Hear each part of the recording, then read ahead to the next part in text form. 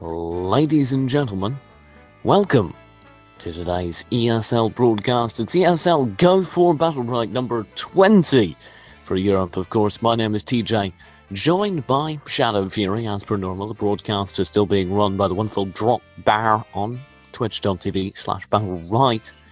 And we have a really stacked tournament today, Drop.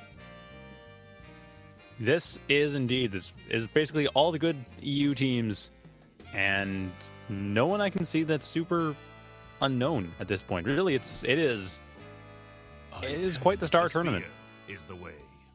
Yep, it's absolutely, like, of these teams, I don't think I can think of a different EU team that should be on this list. I legitimately don't think I can. You can see us playing around with some features on the betting bot. This is kind of a new thing we're toying around with.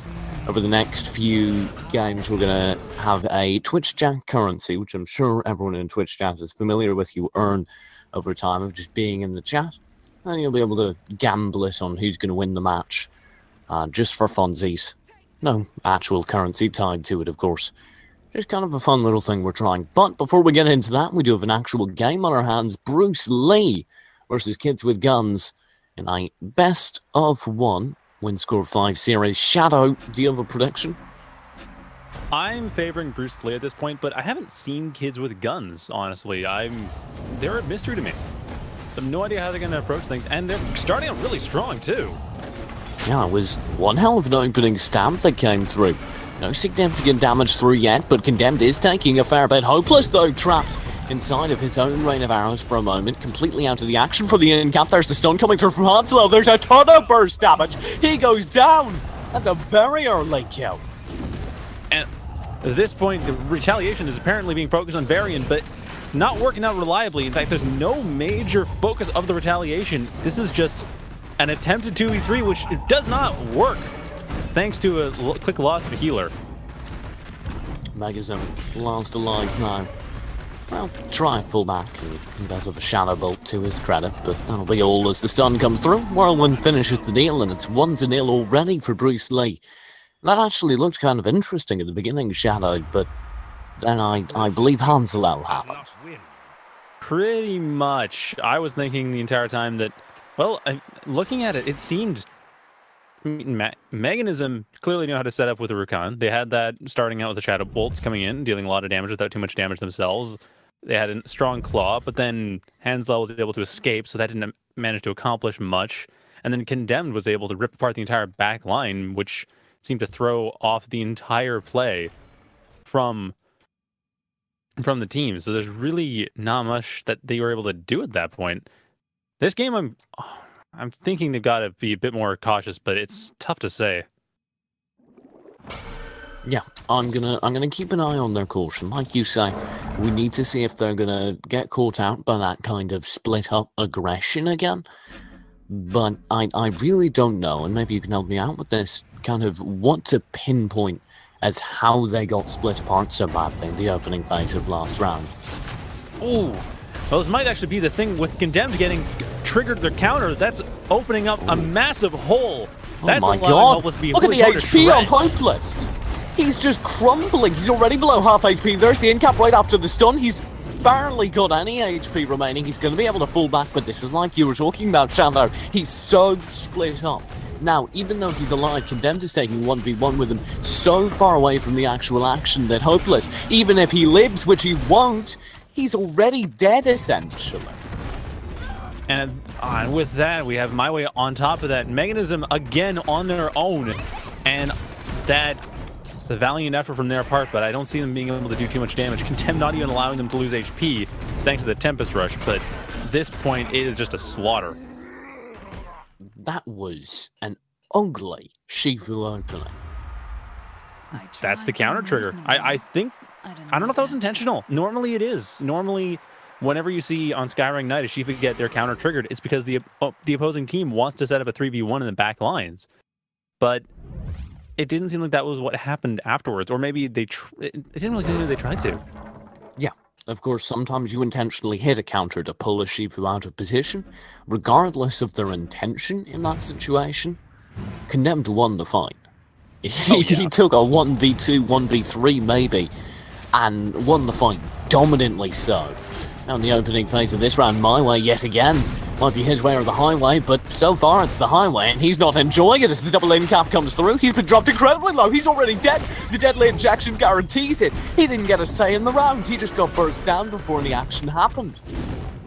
I've never seen a Jade used that aggressively, just as a forward with Shifu. I mean, it makes a lot of sense. We should see that more often, but we just don't. And I'm not sure why, because Hansel is showing just how powerful that can be.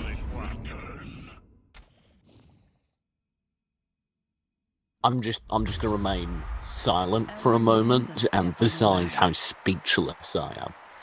Because that was an opening. And I think this is, a case of Bruce Lee being the more experienced team, and you can see that. But also, they're definitely showing off. They're definitely showing that they're here to play, and this is how they're gonna play. Condemned, the EU Shifu opening up the action with that kind of dive, and it's just been terrifying.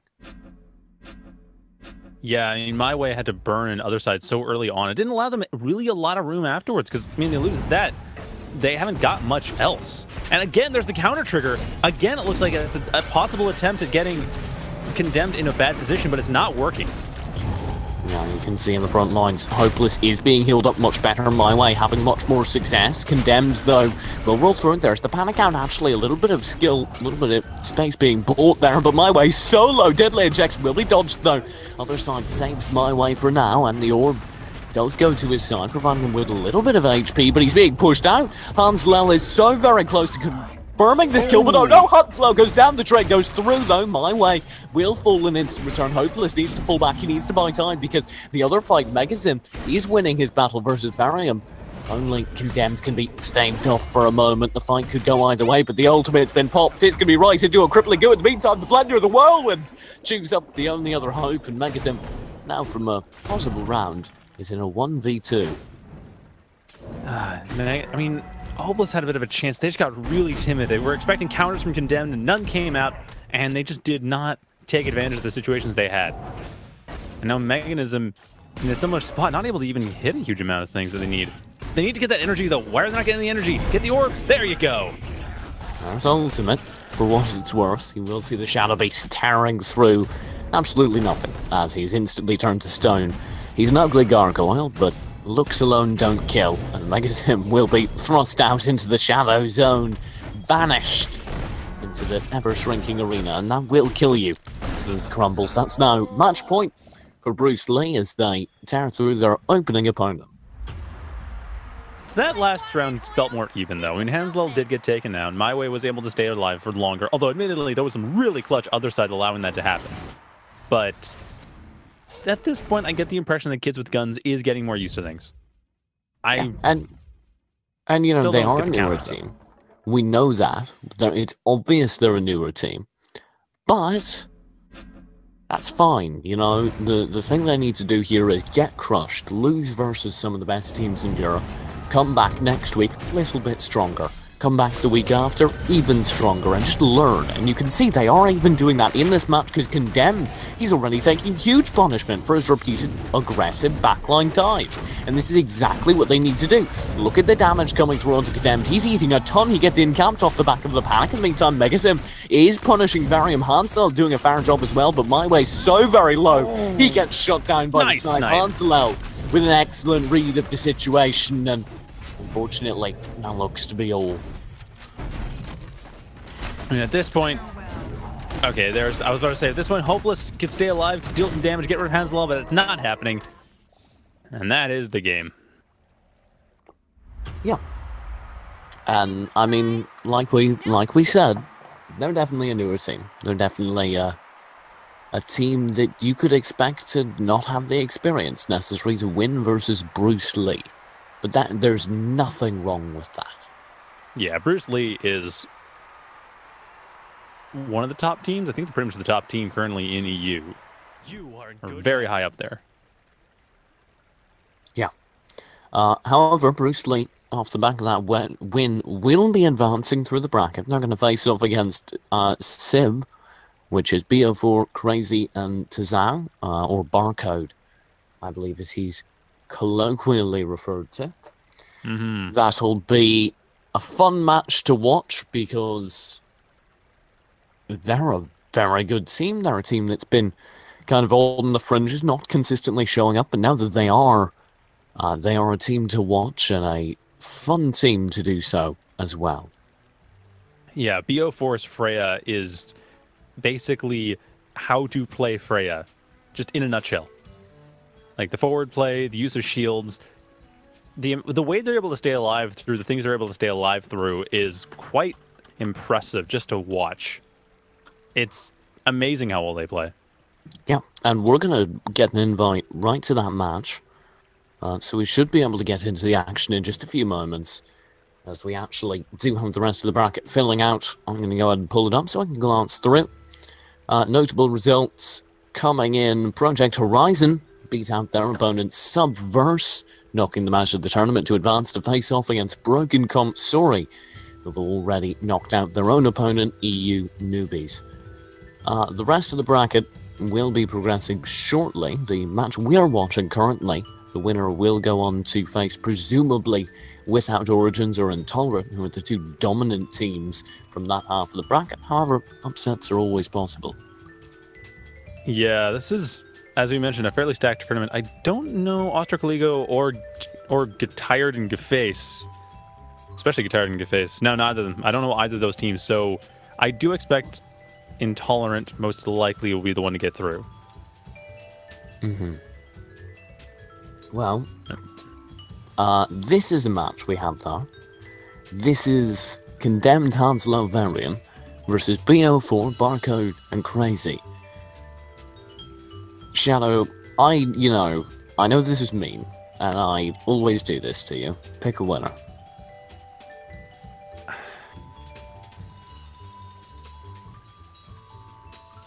Yeah, no. It's mean. I get it. I get it. You know, these are two of the best teams in Europe. These are teams that have met last week. I think they met in the semis. So just to give you an example of the quality of team we have here, these teams both can go all the way at the tournament, but this tournament is so stacked that it doesn't matter. We're having this match now in the second round of play, and oh boy am I excited. We're going to Mount Aras Nice for this. Does that help inform your picks? Well, I don't know what Hansel is going to be playing. If they're playing Rook, then I kind of like that idea. If they're playing Jade, the walls don't help them a great deal. So it's, I mean, the thing is that Jade only really has one thing that benefits from walls, whereas with, actually, I don't think of BF4. Oh, this actually is a different composition coming out from Seeb. So I'll be very interested to see if they stick with this. Wow, this is not what I expected at all. I have no idea what's going to happen then. Yeah, this is kind of, if they stick with this, and we're not going to discuss it too much yet because I haven't locked in yet, but it is kind of an evolution on a pre-existing composition, which is always very fun to watch, but what's notable is it's not at all the same character picks per player, and indeed we're going to match with that BO4 picking up a Paloma instead of their typical melee DPS character. The comp itself is basically a Paloma Varesh with a tank, right? Yeah, it's basically a fortress comp. That's not the surprising part. The surprising part is BO4 not playing Freya, which leads me to believe that something has changed heavily in the meta that maybe it's not super well known yet about Freya.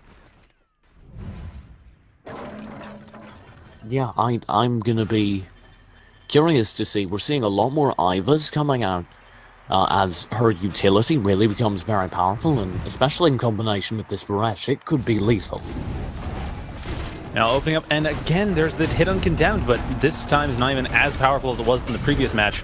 So not a whole lot is being damaged for Condemned. Condemned, however, is managing to get quite a bit of an effect on the opposing team. Oh yes, but he's taking a huge beating and he goes down early. That's a massive loss. Condemned his flat-out aggression, perhaps coming off of that last match. These guys aren't pushovers, these guys aren't new, and you cannot afford to just dive in like that. Varian now left with his teammates in a 2v3. They need to get a quick kill. They need to really quickly reverse the damage that's already been done, but that smoke screen, that's not going to be enough, particularly when the start's missed. Now there's the ultimate, the powers combined coming through. It doesn't land anything, but the follow through. Ancestral Spirit will guarantee the kill. That'll be all for round one. Bruce Lee, perhaps a bit overconfident there. Clearly overconfident. I mean, I like some of the tendon swing play, and I did kind of like the forward play overall from Condemned, but there wasn't enough coordination for that to work out. I imagine this next match will be, or next round, will be much better coordinated. It'll be probably a bit more passive as well, just given what happened. That was painful, I'm sure, for them. I don't know. They walked into the bar, they were like, all right, guys, we're going to win. And, didn't really happen. Let's hope for a little bit more passive, but no, Condemned. He's sticking with his material. He's not evolving, and he's going right in. It's working better for him, though. A bit more cautious play, though, and the doubling camp off the back of it will allow some progress. Yeah, at this point, Condemned actually is putting a lot more pressure, but meaningfully. They did avoid an early panic, or, well, early Spirit Rift, so that kept them in a strong position. And at this point, we see that Crazy's split out completely. It's 2v3 over in the southwest now. Oh, that crippling goo could be huge for the Ancestral Spirit. Comes through, and that will grant all the healing to protect BO4. In the meantime, Barcode takes massive damage. He could go down early, but the Zap will protect brilliantly as the stun lands. Powers combined onto Condemned won't land, but he's still taking damage. And an intentional counter will peel him off. So BO4 and Barcode will live to fight another day. However, Condemned's going to be able to get that orb, and that gives them a huge HP advantage. Yeah, at this point, 67% to 40%, and Condemned is the main weak point right now, but as long... Oh, there's the stun! Nice Incapacitate coming out there! Right into the crippling goo! And immediately off the back of that, Condemned guarantees the kill. Crazy and BO4 shouldn't be able to answer this back. And that should be the first round on the board to Bruce Lee to tie up the scoreline, failing something incredible. Oh, the Ancestral Spirit is the one thing to possibly heal up, and even though the double ultimate, it's not enough. See, that's it for Barcode, and, or sorry, BO4, and now Crazy finishes it off with their own corpse. So what changed that round? Because obviously we're tied up now. Was that just smarter play by Condemned? Seems like a little bit. The big thing I noticed that gave them the position they needed was that they fleet-footed right as a Spirit Rift happened, which meant BO4 had basically nothing left to get away with. At which point they were able to do the double tendon swing and generally set up a strong position and put enough pressure that forced their opposing team to get split up on the left wall. Mm-hmm. And we did see that. Crazy got very, very badly split up. Keep an eye on that here as Crazy actually, yet again, his counter gets popped, he gets pulled into the back lines in a 1v2, Condemned taking his own 1v2, but winning it versus the healer and the Iva, who's currently in the tractor beam. It will beat him actually being forced to fall back, but yet again, Crazy will be called out. There's the silence from the disabling shot, and damage can come through, but you are seeing not a full concentrated effort yet. Yeah, I am noticing Hanslow throwing out a lot of shields. That is great. That's exactly what they need to do. Between Hanslow and Varian, there shouldn't be too much permanent damage as long as players have shields up. There's two early ults, actually. Ancestral Spirit coming out from BO4. In the meantime, you also saw something coming out from Crazy with his powers combined, but it won't matter because Hanslow pops his own ulti. He gets the explosive shells out early. That gets him a free kill. Condemned cleans up another as well. And just like that, it's all down to Barcode. In just a few moments, his entire team fell. And he'll join them. Hanslow's control that match was amazing. I mean, their control so far in general, their use of snipes and their setup for them has been pretty much on point this entire tournament. And the shields as well. Smoke Veil is not, it doesn't give him material, it's not as strong, but it's still a shield, and that's still worth a lot. And we're seeing that work out beautifully. Well, let's see how that continues, because it's going to be really interesting to watch Crazy in several matches now, because I feel like he's just popping his counter for the sake of it getting a hit, and I feel like that's not working out for him. No, there's been a couple of times that's gone out of position, and it's clearly like not worked out. Like now? What are you doing, Crazy? Why are you taking a 1v1 with Varian in the backline? Sure, you're going to win it, but the second Condemned and Hanslow turn around, they're going to be pissed. counter does save him for now, but he's still trapped in this fight. He will be dropped down incredibly low with the deadly injection. His reforms burning EX to try and escape. Other side finally comes through from BO4, but he cancels it early to try and get damage through on Hanselo, who now has a snipe lined up. Hanselo will miss. There's the ultimate powers combined, flying through into the backlines as best he can onto Condemned, but as best he can isn't much, and Frenzy goes down early yet again. BO4 next on the chopping block now is Hanselo and Condemned focus in their firepower onto BO4. The Ancestral Spirit will protect him for now, but other side's all that's saving him as the Ancestral Spirit runs out. The other side does as well. He's got no more escapes. He's got a deadly injection ticking away, and he goes down. 3-1 now for Bruce Lee, and I'm not sure Crazy's at all contributing to these team fights.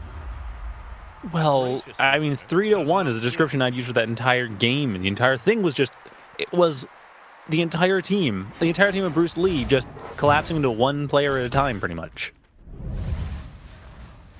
That's how I would describe that round, just as a whole. And Crazy, that wasn't great for them to get out of position. They didn't intentionally counter, or didn't get the counter proc to get out of position. I mean, but even then, it was out.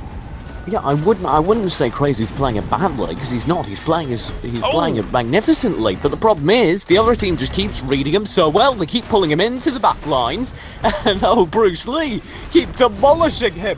He's just getting pulled deeper and deeper into the back lines. He's got no HP already. Condemned, to his credit, is taking massive damage, so that's not ideal. But he has been occupying two players the whole time, and he has fought both of them to basically a standstill. Even if he goes down now, it doesn't matter, because he's done massive damage onto one. BO4's got a double ulti. That'll do some damage onto Varian in return, but unless a kill onto Condemned can come through, Barcode's going to go down up top. And indeed, it looks like he will, unless Varian goes down, which he won't. BO4 goes instead. Second kill follows. And that match point for Bruce Lee, who really look like they're getting into gear now.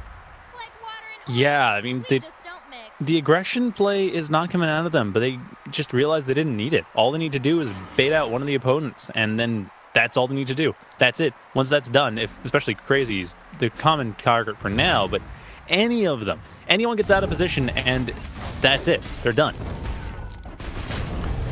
Watch Crazy this round. He's doing a bit of a better job. He's grouped up with his team, and he's making, well, he's not physically grouped up, but he's playing well with his team, and he's making a bit more of an effort to play together. But now BO4's the target, and now both his teammates, anyone that can help him, has been panicked out. Deadly injection rolling through, other side will save, but the stun, the collapse from Hanselo, that's huge damage. BO4 has to fall back, wounded and completely irrelevant to the fight that's currently happening, and even though the ultimate comes after, powers combined will allow him to escape. BO4's taking critical damage, Crazy's taking critical damage, all the escapes are gone. BO4 goes down, disabling shot from Hanselo to seal the deal. Condemned should be able to seal the deal onto Crazy as well. There were very strong flanking attempts there. It just, once BO4 was out, it's very difficult for any more damage to be dealt from them. And then after that, it was very quickly clear that Crazy was also getting too heavily damaged to make them easily contribute to the team. And once that happens, when you have a Jade on the opposing side, they can just snipe you at their leisure. Or just get up to you, disabling shot, and hit you with 10 bullets, 40 damage worth of bullets. Just like that. It's very dangerous to be at low health when you're dealing with the Jade. Or Jade Shifu combo in particular. Mm-hmm. I mean, that burst is insane. Oh, yeah. That is one of the combination of the disabling shots, the tendon slash, and the panic flasks. That was just used to one of the most incredible extents for just denying a Paloma that I've ever seen. That was a Paloma who was completely irrelevant in all the typical Paloma senses, and it wasn't BO4's fault. Well, yeah, it's the thing. It's just when people are that aggressive, it becomes very difficult to avoid. Although, that being said, I am curious how much BO4 has been practicing Paloma, because like I said, they are primarily a Freya player, and they're a notoriously aggressive Freya player at that. They tend to be the one in the middle of the fight the most of any Freya player I watch that just gets in there and relies entirely on their shield to keep them alive while running a 2v1 or 3v1, keeping the rest of their team from getting hit. So I don't know what they do for healing. Like, we're seeing some stuff in the chat about how BO4 isn't that experienced with healing, which, like I said, they play Freya. So, well, I'm curious to see what happens next week assuming that C either maintains that composition or goes back to another. Because if they maintain the composition, I imagine they'll be a lot better with it. If they go back to their earlier compositions, then the match will probably be a far less uneven situation than it was this time around. Mm-hmm. Well, we're going to continue along our journey. It looks like we're going to take a hop and a skip over to watch a different quarter-final in a moment, so don't go anywhere. We'll be right back with a bit more Battlerite action with, hopefully, Intolerant versus Without Origins in just a few moments.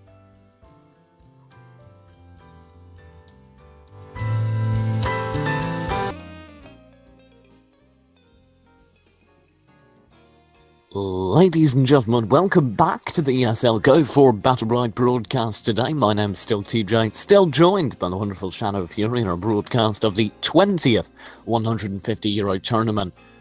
Weekly. 20, Shadow. 20.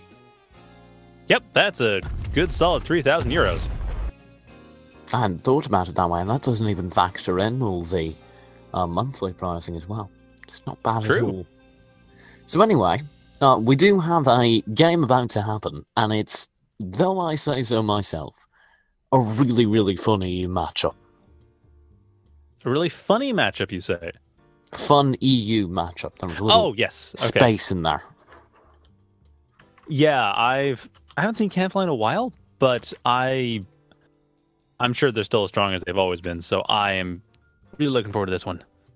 I mean, of course, Jolt's Nyaska, that is a well-known team. That is a strong team. How nice. Canfly, I haven't seen them play in a little while this far in the tournament, so I'm quite excited to see what they've developed in the last month or so.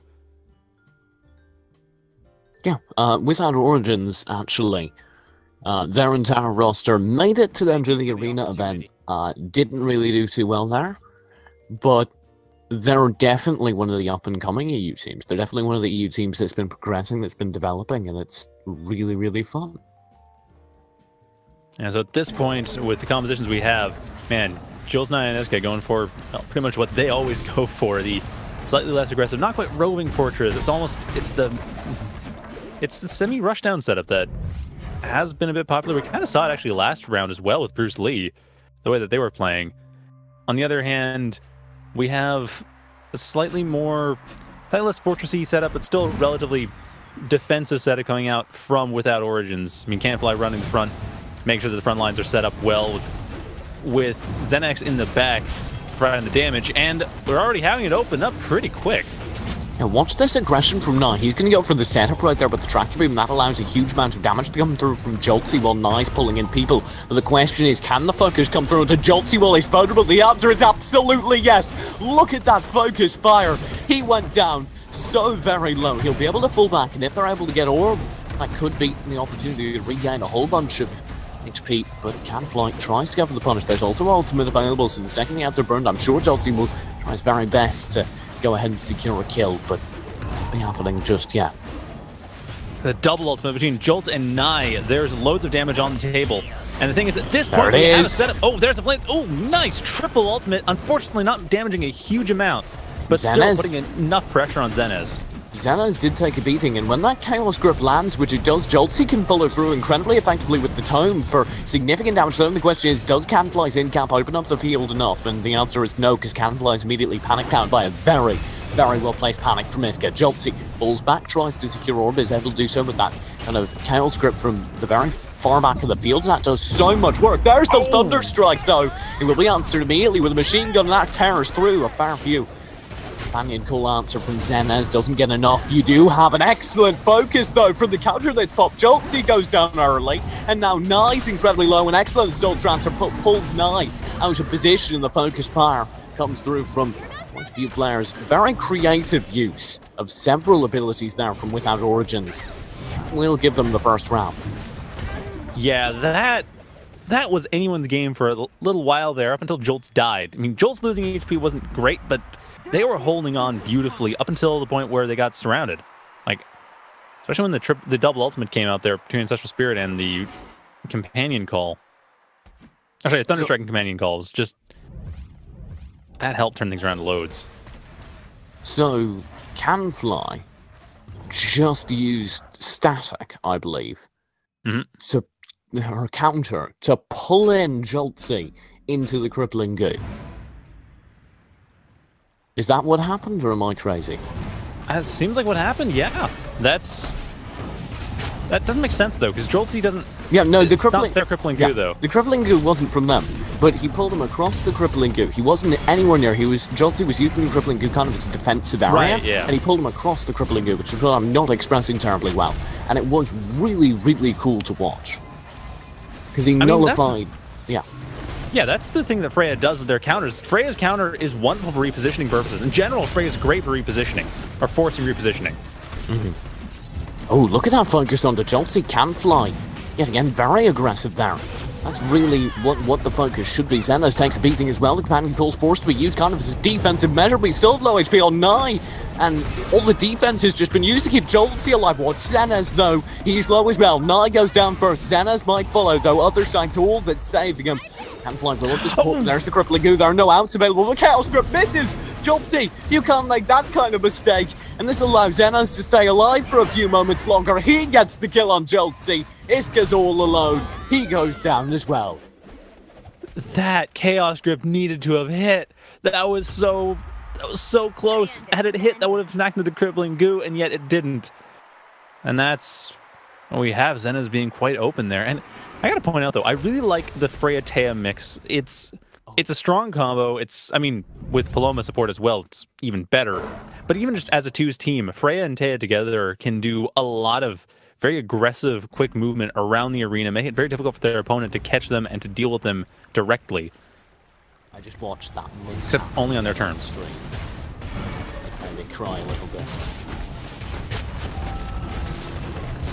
There's the aggression coming through this time from Joltzy. This time not missing, perhaps making up as the Chaos Grip comes through, cancels out the Ghost Wall, forces intervention to come through, but it's not nearly quick enough, and you can already see both Xenos and Execute KFU have taken massive damage. Iska fighting for his life at the top of the map, will be able to provide the Panic Flask, and that keeps away any sort of threat. That allows one early kill to come through. The machine gun, the ultimate tears through the second. Cat and Fly trapped inside of two ultimates, make that three.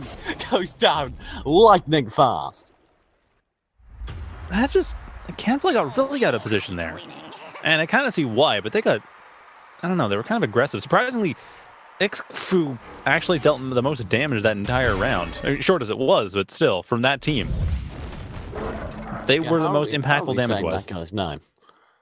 Xfu? Xfu. Xfu. Xfu. Xkufu. I'm going Xkufu. Xfu? Okay. Xfu. I don't know. XKFU, like Kentucky Fried Chicken Extreme Edition. I like Joltzy. There's a little bit of aggression, focusing him down early on in the round, and we have seen that be consistently the right call. Joltzy takes a fair bit of damage coming out now, but he needs to worry because his healer's been separated. I mean, the thing is that Esmo, especially the way Joltz plays it, doesn't really care about damage. They're using life as a resource to get in and deal damage themselves. So as long as they don't die, they should be fine. That's the thing. Oh, Joltzy! That being said... Oh, that's a huge setup on Kafu. We'll see Orb pulled in as well. Secured. Ooh, sniped by Nye there. The ultimate from Joltzy buys a whole bunch of space. He won't be able to counter anyone into it, which was what he was looking to do. But it's still a massive amount of space bought, and that allows his team to go for a regain of center control and really reset to default here. Now that the Chaos Grip comes out, now that the Tome comes out, that forces out other side. That opens up a wide range of options, particularly as the double Petrifying comes through. Can Fly will be isolated. He'll melt. He goes down very, very quickly. It did the Chaos Grip right into the ultimate from Joltzy. That's huge damage. And just like that, Xenos is the last alive. And Intolerant are back on the board. I mean, most of that setup was actually realizing that Xfu had used their other side to dodge the Chaos Grip that was meant for them to hit the ultimate. Like, the space that Joltz made with their ultimate, that actually forced another side, which then meant that there was no other side up for a while. Joltz realized this, set up a Tome, set up a Chaos Grip, and was able to completely melt away Xfu before they could get another side out again. Twitch chat says it's Xakafu. Zakfu? Okay. Zakfu?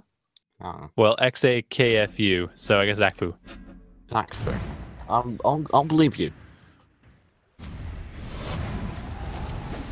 Jonesy might believe you as well, because he's going right after exactly with a very, very aggressive opening phase of that round. And this kind of aggression is the real change happening, and you can see how well it's working. Yeah, and the focus entirely going on Zenez, which is a great idea, because Zenez is the one dealing the majority of the damage here. Actually, both Zenez and Canfly getting all this damage taken on them, and that's... Canfly goes down! He was panicked out by Iska, and he never got back in the round. He never got any sort of opportunity to get back in the round, and just like that, the rest of the players fall as well, and Intolerant, they've taken the lead. Sheesh. That is quite the turnaround there. Heroes... I was looking at the way it was going out, and I thought, wow, without Origins, they're just putting Intolerant entirely on the back foot, but Intolerant's figured out, well, they just have to be a bit more careful. Not that much more careful, just a bit. Nai's taking the front lines, and Jolt's is making sure not to take too much damage, but still, like I said, Jolt's can afford to take that damage. They just know to focus on somebody now. And there's the grip, there's the focus beginning already. Yeah, now watch the focus on the Canfly here, because he's overextended, and Iska comes through. There's the panic. Joltsy coming through as well. Iska ready for the panic, hasn't been forced to use it just yet. Now all the ads have been used, other side brought out as well. This should allow incredible focus. Joltsy can't. Oh, he does get Orb. I take it back. That means now Joltsy has a huge opportunity, tries to bait out some counters, but won't be able to do so. They still have a focus opportunity coming through, particularly as other side spent though. This could be dangerous. Not a lot of advantage taken. Oh. Never mind, there's the ultimate coming in there. Doesn't actually deal any damage. Between Spirit, well, between Soul, well, yeah, Spirit of Soul Transfer, whatever. Between all the escapes coming in there, that still worked out. But there's the Chaos Trip into the goo to get rid of Zenez. Canfly goes very aggressive, trying to avenge his teammate. He goes down as well. And now you can see this Paloma going. I'm having second thoughts about this, guys. Can we talk about this? I mean, that was a great out from the whole Grimoire, though. The Spirit Guide came out there at such the last second. I didn't even realize that Zakfu had actually done that. Like, Zenez with the Tornado was wonderful to see, but ultimately that Grimoire just burned some escapes. Yeah, so to recap, Iska throws down a crippling goo, the Chaos Grip pulls him right back into it, then the Focus Fire comes through from Nai as well, and just does incredible damage onto this one isolated player. That's just an ugly combo. And starting out, trying to attempt ugly combos again with Zenez being locked out of position just slightly, putting them into a terrible spot with damage. And again, the health advantage going the way of Intolerant. Oh, that crippling goo! That's huge damage onto Zenez. He gets pulled in by the tractor beam as well. 9 guarantees the kill by pulling him right back into the crippling goo, and then follows through with the combo. The flamethrower rages out, and that does massive damage tied in with Joltsy's own fire. Will guarantee the final round. 5-2 without Origins. They start good. Intolerant remind them though why they're on top. Not only that, reminds them how to actually control space, because Hero is going on about how Canfly playing Freya is going to have all this control of where the opponent's team is, and never mind that, Jolt's just showed them, no, this is control. This is what control means. Yeah, he pressed the control key on his keyboard, and it worked out very well for him. Was that overreaching? A little bit, yeah. And not saying it's terrible, a joke. It's just, well, okay, it wasn't terrible. That, actually. It just wasn't good at all. Yeah, let's go with that. All right, thank you, Shadow. Shadow's here to keep me in check. That was really cool, but now I think we have an even more exciting match, because it's not, the up and comers, the new team that might or might not be able to succeed. Now we have two teams that absolutely can succeed. We have two teams that absolutely can take this match all the way. Our first semi-final of the night is on your screen right now. It's Intolerant versus Bruce Lee. Yeah, this is going to be interesting. I mean, the last match was also quite interesting starting out, but this, man, this is actually a very similar setup from both players. We don't have as much of a tanky setup from Bruce Lee, though, because the Shifu Jade, they're basically relying entirely on being able to outdamage their opponents. And that's going to be tricky with the Esmo coming out as well.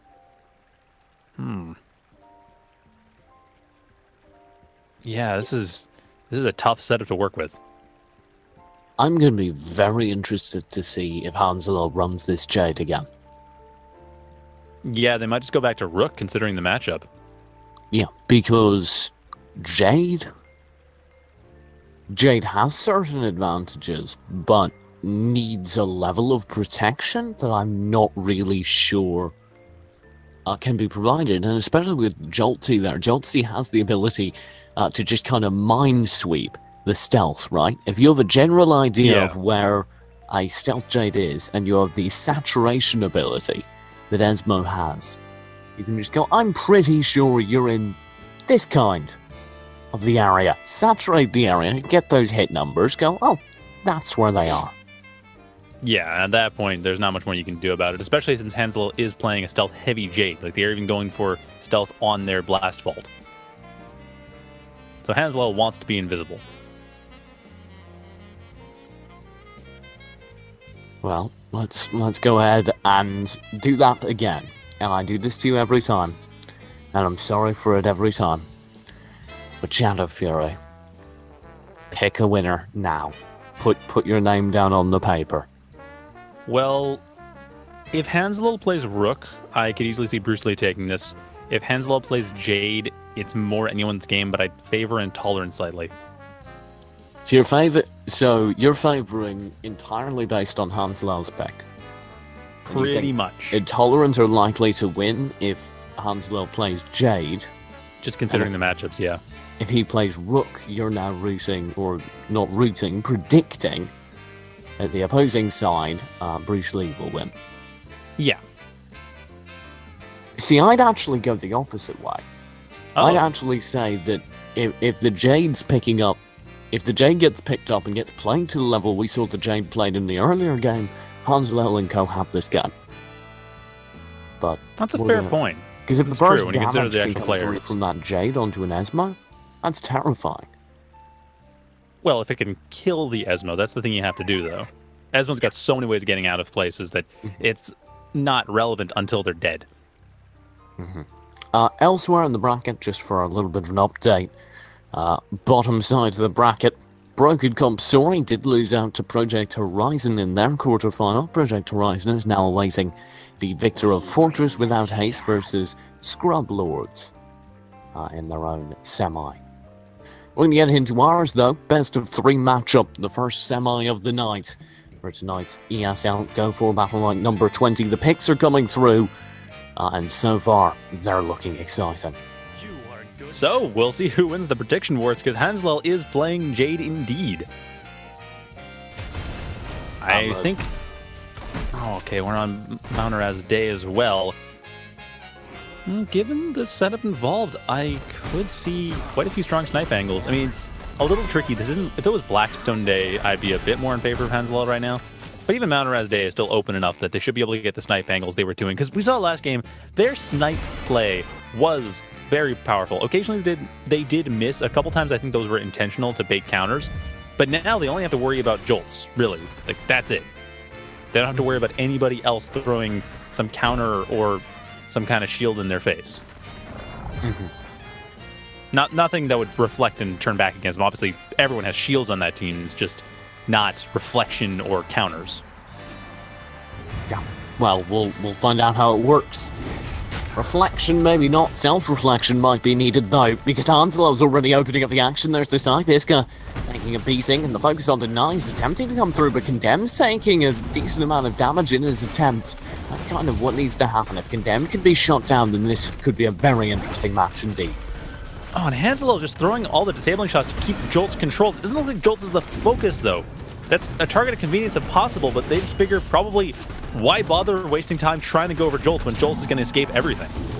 Nine seems to be the primary target. He's not taking lightly to it, though, and you can see the damage coming through from Hanselo on his own. Old Iska takes a beating from Condemned, but Condemned will be able to counter out the vast majority of it. Now Iska should fall immediately after Condemned, but the barrier comes through. That'll save him. That means that Condemned is full and Jolts is low. Iska's low, but they both have healing. Varian and Hanselo need to get the burst damage through. Luckily, Jade's the character for it. If this snipe lands onto absolutely anyone, it could work out. Snipe misses, though. They did secure Orb, I believe, which will give them an opportunity, at the very least, in the round. There's the crippling you. That'll force out some ultimate. Both ultimates actually go through, and that will do decent damage, but no kills guaranteed, and that's what's so important. This snapshot, though, from Hanslow will guarantee 1 kill. Varian pulled in immediately after, and the shackles land, meaning he will go down. Hanslow, this is almost impossible. He needs to do something insane, and it's not happening. Round 1 goes to Intolerant.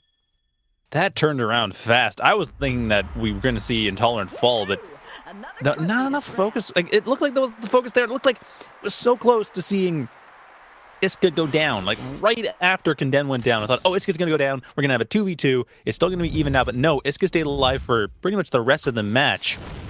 And ultimately, that didn't work out. It seemed like it almost was about to, but just nothing really came out of it that worked in their favor. And then, of course, I mean, Jade versus Esmo. Good luck, Jade. So once that happened, there wasn't much more to be said about it. Still, that being said, Hanslow did do the most damage by a wide margin. Yeah. Like, Nye was the next closest, but even then, it was like compared to the rest of the team. And 44 damage. Well, 714 damage, 844 includes the protection and disables. Reading the wrong number. Yeah. It's worth noting though, look at Condemned's damage. That's not at all what you want out of a Shifu. No, but given that they were only alive for 10 seconds, that's actually pretty good. Well, yes, but hopefully they're alive for a bit more than 10 seconds. Oh, true, yeah. I'm just thinking that the way Condemned, if they don't die, they'd probably deal a lot more damage, which would have probably also won that round. Let's see if they don't die this time. Yeah, Condemned with the counter right on in, already in the backlines, but the panic cancels any sort of action he was trying to. The stun comes through immediately after. This is the kind of shutdown of Condemned that works so very well. Counter gets popped yet again, but yet again he's not quite able to land the damage he is now. Finally, Iska is pushed out of position, and Iska does take sizable damage, but not too much permanent HP, and Condemned on the other side is actually taking decent permanent HP. Orb will help deal with that, but how much longer, because they are not holding up as well as they'd like. Maybe so, but at this point, the shields are down for Intolerant. Iska has nothing to protect themselves other than crippling, or other than potions, clarity potions, but it's not enough. Hansel takes the death, and Iska might go down, but they're able to live long enough, and this is painful. That just all fell apart right there. They had something brilliant going. Iska was completely separated from his team. Now, though, as Varian falls, you can absolutely see what happened. It was just Hanslow got pinned down. He didn't quite notice his HP, I don't think, because so much of his HP was made up of barriers at the time. He didn't notice exactly how low he was getting, and then they all left him, and so did his HP. Yeah, and I thought Condemned had it, but I mean, Condemned was starting to get a little bit too aggressive there, and while Iska did get out of position, it was only for a couple seconds at a time, so they took damage, but not enough that they could be rushed down fully. Well, we're opening up this round now. Nye trying to provide the support. He can be silenced, though. That's not the ideal opening. You can see a decent amount of focus going through onto Condemned, though, but Nye needs to be the focus in return. He's going to be able to escape without taking too much damage, all things considered. And Condemned is still on a tower in the backline. Iska being dropped relatively low. There's a melt coming through. Zaps all that's saving Iska. Clarity flashed from Varian will cancel it out. Deadly Injection will be cancelled as well. There's the snipe, though, to land a double root, and that could be lethal damage, but now Hansel's the focus. Now he's the player that's been tied out. Crippling Goo comes through to force out of Joltsy. He's now out of his gates. The focus is still on Iska, though, but it doesn't matter because Chaos Grip follow through from Panic Flash, completely changed out. Condemned Iska, very low still, but staying alive. He finally goes down, but the damage might have been dealt. If Joltsy can land this ultimate, which he can, maybe something can come from it. Unfortunately, that's not enough with the 3v1 here. I mean, even Jolts being Jolts, even playing Esmo, I don't see anything happening. Now the orb's been taken by Bruce Lee. It's Minun going down, and yeah, Jolts just throws in the towel. I gotta say, that was kind of a counterpoint to the last round. The aggression in that match, it was safe enough to work, but man, Condemned on the back lines hard, and the focus on Iska just... I'm kind of surprised it worked given the last few rounds, but it did. And you can see by where they ended on that round, Iska was so... he had to run, he had no option. Yeah, I mean, they were in the back lines, though. It wasn't a terrible play. It's just, there was the preparation for that backline play. And there's yeah, there again. Yeah.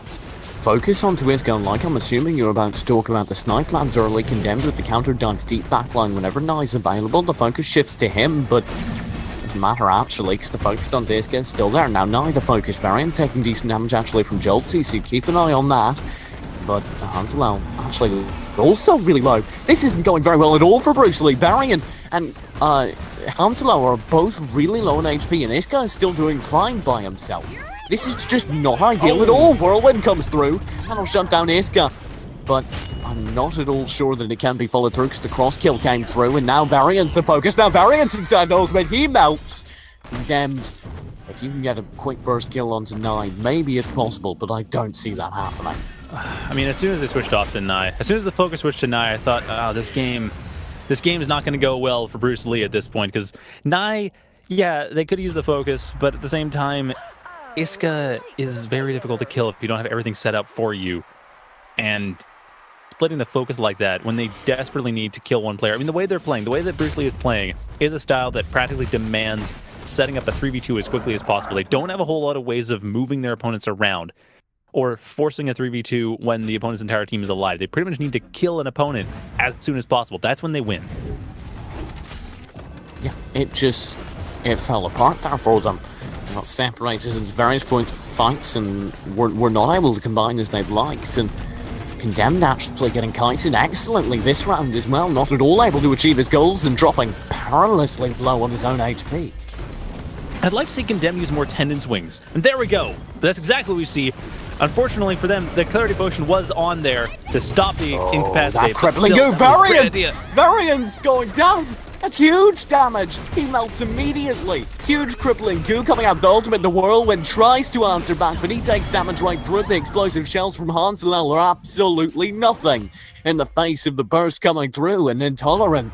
They reach match point. Wow. I mean, I really wanted to see Bruce Lee keep going, but it looks like they're not going to be able to unless they massively change their strategy. Like, it doesn't feel like a technical thing. It just feels like they're being more aggressive than they really need to be. I mentioned they need to kill a player, but that's if they're playing the hyper-aggressive style. I should clarify. If they're playing a bit more defensive as they are right now, they can get away with being with waiting it out and chipping things out, especially with Condemned. They need to wait out until Isca can't get rid of them. It should be noted though, this is that point. It's a BO3 because we've reached the semis, so we will have the opportunity to go all the way, and I certainly hope that we do. This map, though, also has the opportunity to go all the way, particularly as Isca takes a fair bit of early damage. Watch Isca's HP, oh no! Especially once it raises so much as all the shielding comes through. Condemned after that turnaround is completely isolated. Nice flamethrower burns to a crisp. Varian tries to get the key damage through with a deadly injection, but it won't happen in time, and now Joltsy's rolling through right onto him with all the damage he could provide, which, spoiler alert, is a fair bit. There's the crippling goo right on out. That will do decent damage onto Joltsy, but Varian needs 2 ultimates. He goes down, Hansel in a 1v3. I'm providing that type of heroics, and we're going to map 2 with Intolerant. Are we? Taking the first one. Wait, are we? I thought ESL was the best of 1 for semis. ESL has BO3s for semis, I believe. Okay. Best of 1? Am I incorrect? I am never incorrect. Don't lie to me, drop bar. So that is that. I'm incorrect. I'm incorrect. Drop bar wasn't lying. All hell mighty production. Drop bar wasn't lying. I'm incorrect. Yeah, so Intolerant moves on to the finals against... I wanted more. We'll see. I know! Me too! I wanted to see what Bruce Lee was going to pull out next time around. Maybe would have seen the Rook setup. I mean, granted, I was right. My prediction was correct. So, at least I have that. Well, you know what? I have great news. We're gonna get to catch the other semi, so I have an opportunity for redemption. Our next match is Fortress Without Haste versus Project Horizon in the other semi-final, and I'm gonna make the rogue call. I'm gonna call Fortress Without Haste to win this one. That's a pretty rogue call. I mean, Fortress Without Haste is a strong team, but actually, come to think of it, we have seen them pull out a lot of really strong play. I mean, Project Horizon was doing really strongly in the PRL tournament last week, but that is also considering the style they play is not one that you see a huge amount of in North America, and the way they play it with all the control, I mean, against a highly aggressive team, that highly control-oriented play, when it syncs up, just stops any of that in its tracks, any hyper-aggressive play. But I don't know, with dealing with Fortress with Haste, who pretty much plays that way, it doesn't seem like it's as guaranteed of a thing. I can see that going much less favorably for that overall style. So it's kind of funny, you know why this is called Fortress with Haste? Yeah. Because they run the Fortress style with a Taya providing haste to their whole team. Or at least that's where the name came from. Yeah, that's the sort of style really that can... fun to watch. Yeah, and that's the sort of style that can keep itself relatively clear from CC locks. Mm-hmm. And, of course, that is what Wuzak and Hot Biscuit are going for, right? The chain between the Ashka and the Croak. These days, that's how Project Horizon play. They roll together the CC lock from the Flame Strike over on the Ashka to the Wuzak, the Croak, Stone Lock coming out from Deceit, or even just the default Camouflage, and that can combine for an immense amount of damage. And then Blanks was playing around with some alternative healers last we saw. Yeah, older with Blanks, just to provide, usually to provide the root, sometimes just extra damage on the quicksand. But that is another thing to do, just to keep themselves in a stronger position while essentially maintaining a front line presence as a healer, because older can kind of do that. Yeah, and we will be getting the map ban currently, so we're just waiting on that to go and complete so we can get into our map. This is the second semi-final of the night, a best of one. And, of course, as a reminder, these teams are playing for their crack at the grand final and €150, so there's definitely something on the line. Yeah, I mean, this is a winner-takes-all tournament, by the way, so at this point, I mean, we're not even close to prize money, but, of course, whoever wins this is going to have to beat Intolerant to be able to actually get that money. Otherwise, Intolerant's going to get the money. Now, granted, I don't think Intolerant are bad people. They probably could use the money, but no one necessarily wants to give someone else money. Intolerant are bad people. Nah, they're not bad Is this a people. moral contest? I mean, it Shadow might Fury be. deigns you worthy of receiving prize money.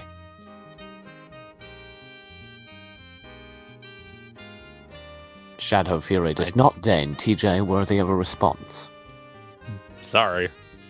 Fair enough. I don't Yeah. think I was worth a response either. But So, what do we have going for bans? I don't see any bans aren't being discussed here. Do we have a ban tool? well, they're done on the ESL site, and we don't actually Right, get to okay. we don't actually get to see them until they're completed. Because, as a reminder for Twitch chat, I suppose we haven't gone through that in this stream. We're not ESL. We're Battlerite, RAGH team. We're an independent group of casters who provide, hopefully, quality commentary for a variety of different Battlerite esports events. So absolutely, feel free to drop us a follow if you like what you see or would be interested to see and get notified of more upcoming Battlerite events. For now, all we can do is talk about this ESL tournament, which we are commentating. But if you have any issues with ESL or the tournament itself, please don't talk to us, don't talk in our Twitch chat.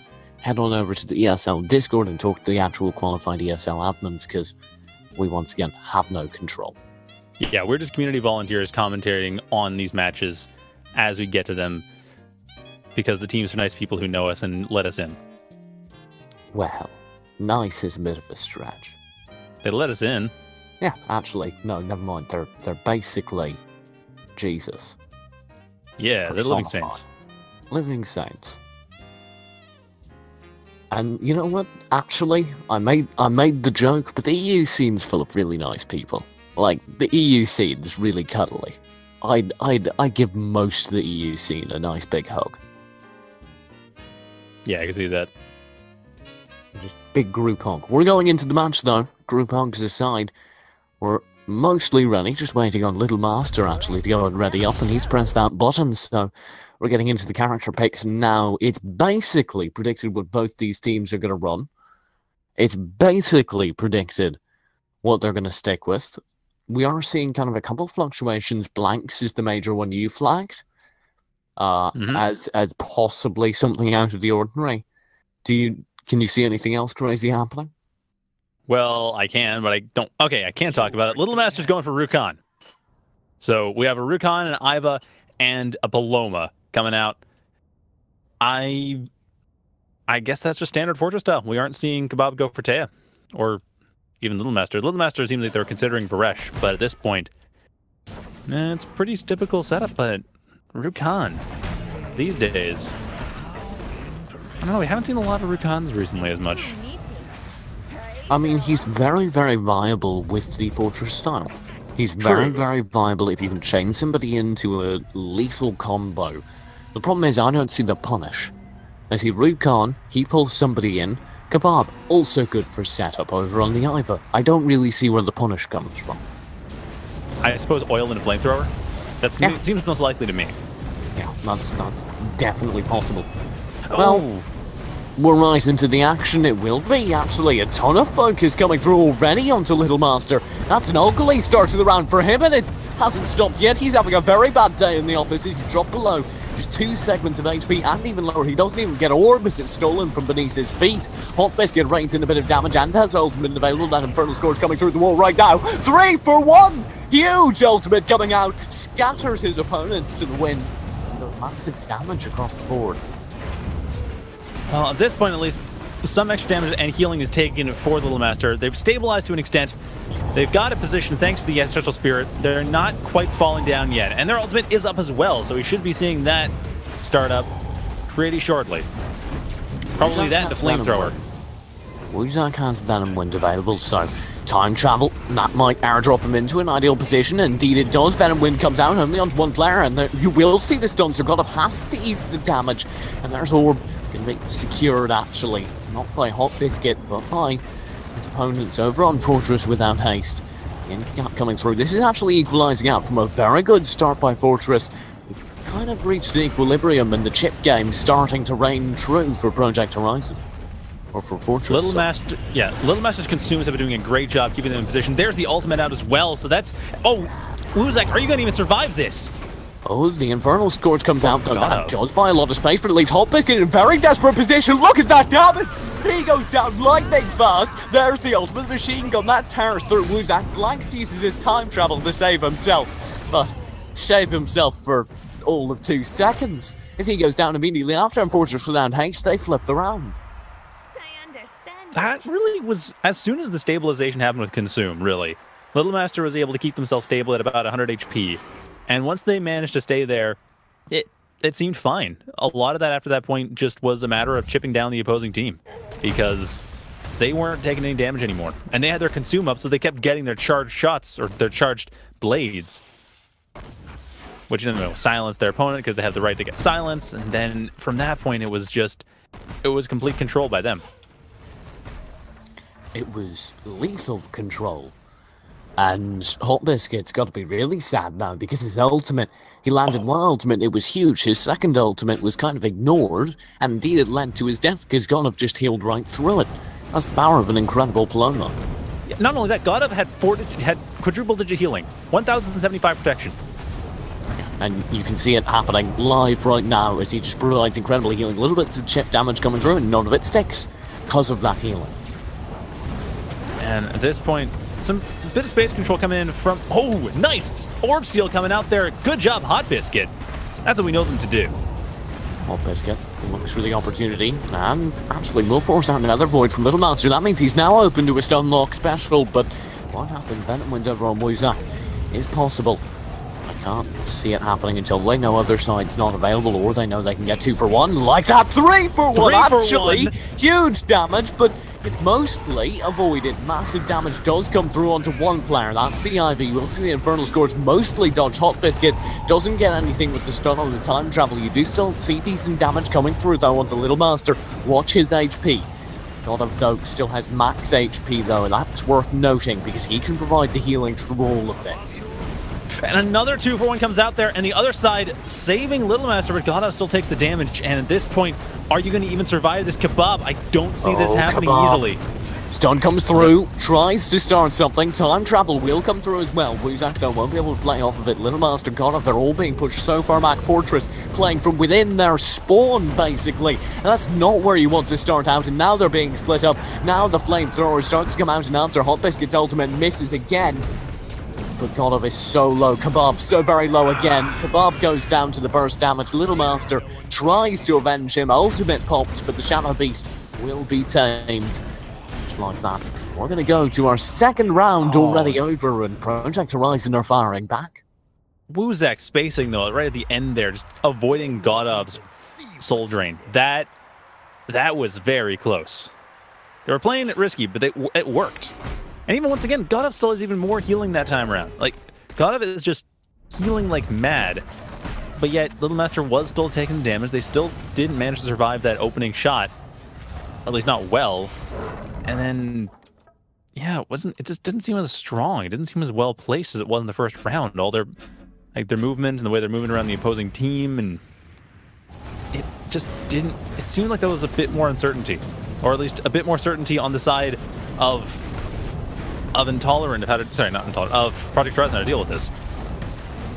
Look at how much Kebab is spamming this oil, looking for the combo with the rocket onto Wuzak, but he seemingly forgets Wuzak's there, and that's a decent amount of damage on the peak now. Across the board though, Fortress are winning this early chip game so far this round, and that's a good start for them. And this time we see that it is Kebab getting both the oil and also the incapacitate off the cannonball, which didn't quite work out last round, but this round they managed to get some damage off of it. Wuzak getting some permanent damage as a result. Oh, look at that into the ultimate as well.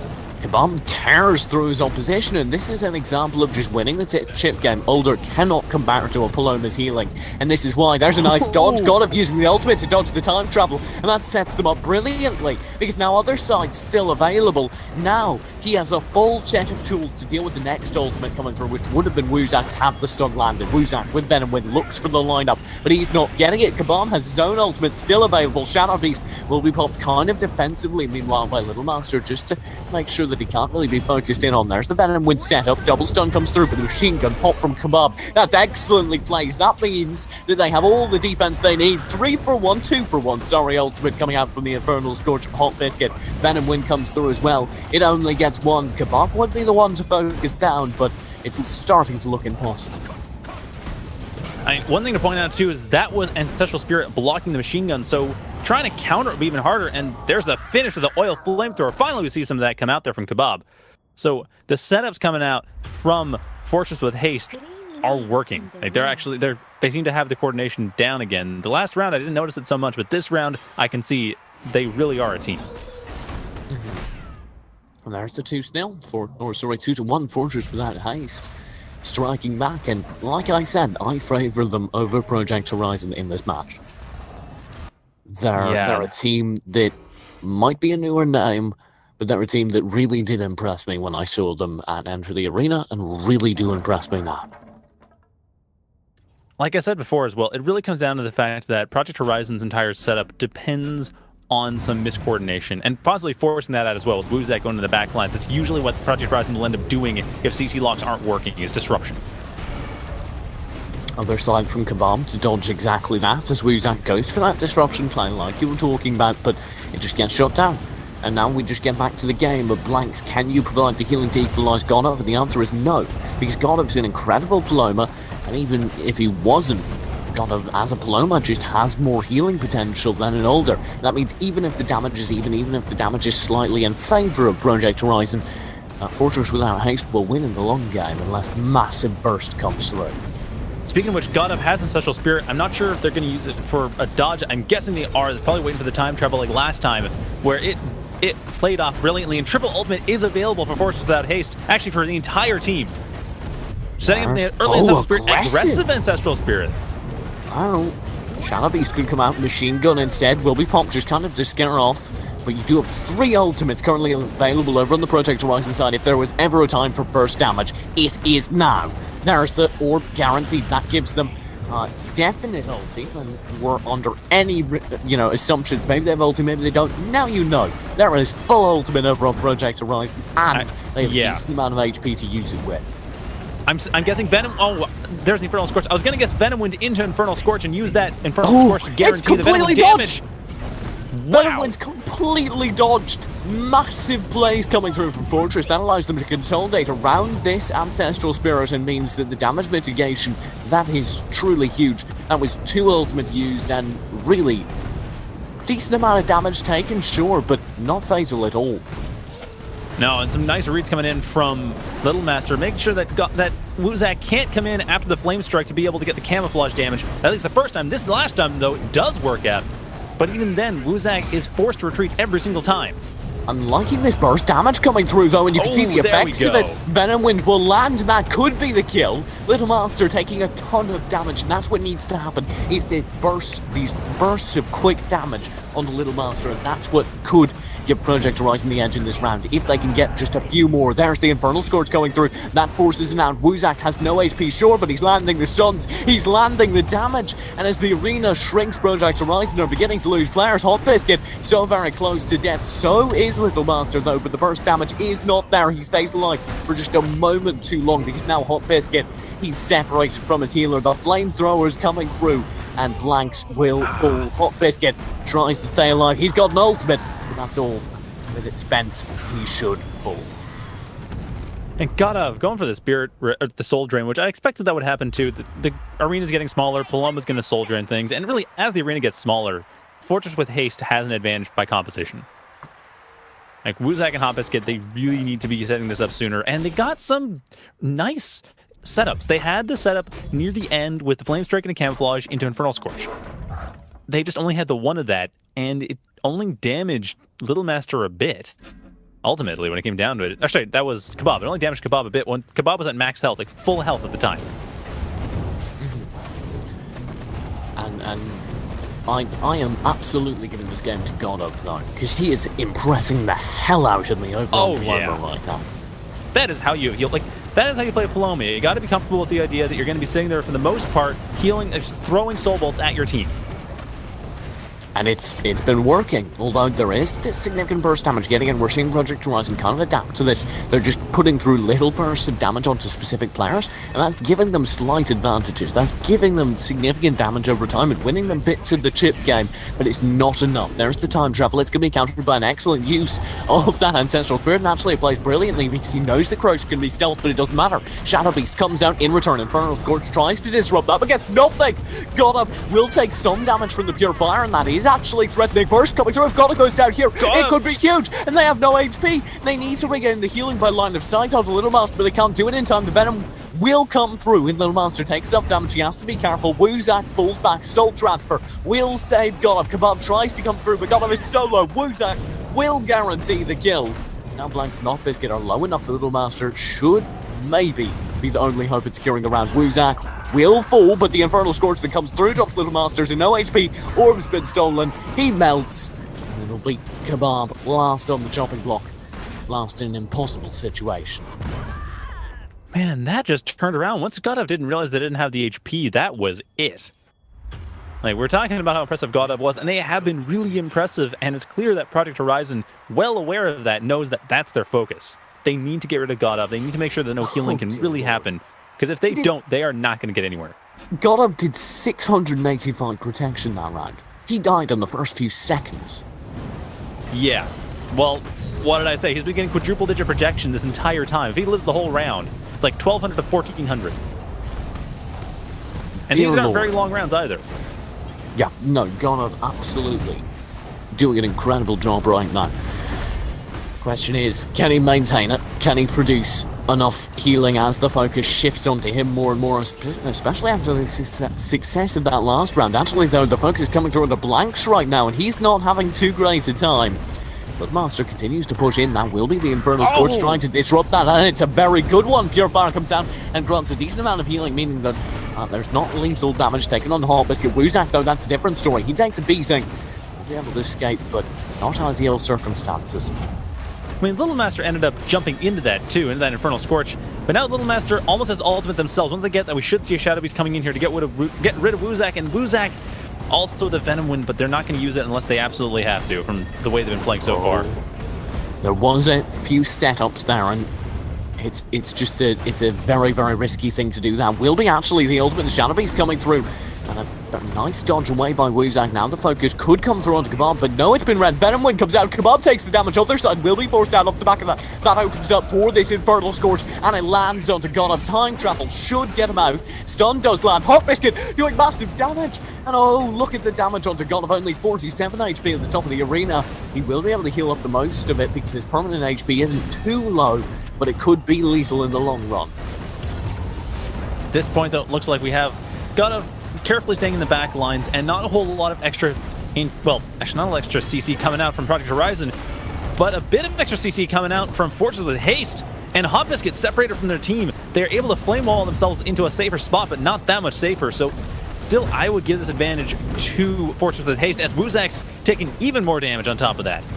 God of doing an excellent job stabilizing after a rocky start there, rocky mid round. There's the ultimate coming through other side, though perfectly timed. Saves God of from the damage. You will see the stun coming through, though. There's a little bit of stun lock coming on to God of, and he will take some burst damage. He's used all his escapes too, so Wuzak could have closed down with that. Could have been lethal, but he fell back because he knows Little Master might have ultimate. Indeed he does, which means the second Wuzak is caught in a corner. We might see that Shadow Beast come out. There it is. Venom Wind will be the only escape used by Wuzak, but he has no HP. And second the burst ends his life. Ancestral Spirit comes out from God of to go and secure a playing field for him to play on. There's the kill coming through, Wuzak likely talked about, and immediately after Blanks follows, leaving Hot Biscuit in a desperate, no, impossible scenario. And that was not a situation I figured Project Horizon would have an easy time with anyway. The setup as it was, Wuzak had such low HP, Hot Biscuit was also fairly low. Blanks was a little out of position until the arena really got closed out, so it just didn't feel like there was going to be a strong showing there. It was going to be an uphill battle as it was, and we saw what happened. Yeah, I mean, that's why. But we're getting into it now. Second round. What am I on? Yes, this is not round. The second round. This is possibly the last round. Fortress without haste on match point here in the semi-finals of the ESL tournament. Project Horizon, no, definitely won't go down without a fight, and they've secured first orb. It really helps a lot that Kebab is able to slow down their opponents. We saw in PRL on Wednesday, a similar thing happening where you have an Iva, and once they get gunned, the round 4 Battlerite, Project Horizon has a much harder time getting around and doing their job because they can't use their speed. Watch God of's HP though, it's definitely suffering. The double stun inside of the Ancestral Spirit won't do too much damage, but he's definitely taking a beating, and Orb does go to Fortress without haste. God of falling back. Wuzak goes in for the stun of Little Master, weirdly enough, but won't confirm too much burst damage. Hot Biscuit rolls through onto Kebab as well. Him and Blanks doing significant DPS up top onto that Iva. That's a lethal potential, particularly if Hot Biscuit can drop this ulti, which he can. 2 for 1. God of goes right into it. Pure fire off the back of it through a firewall does grant some damage, but there will be a little bit of a reset coming through. Venom Wind's available from Wuzak, and he should pop it the second he sees the lineup. Doesn't just yet though, so we'll play it safe. The Ancestral Spirit should help out. There's the Shadow Beast onto the Ancestral Spirit. Doesn't quite pull Wuzak in, and Wuzak is able to get the Venom Wind on basically everybody. That was perfect. Instant burst off the back of the Venom Wind. Wuzak, he's his own army, and that should buy Project Horizon another round.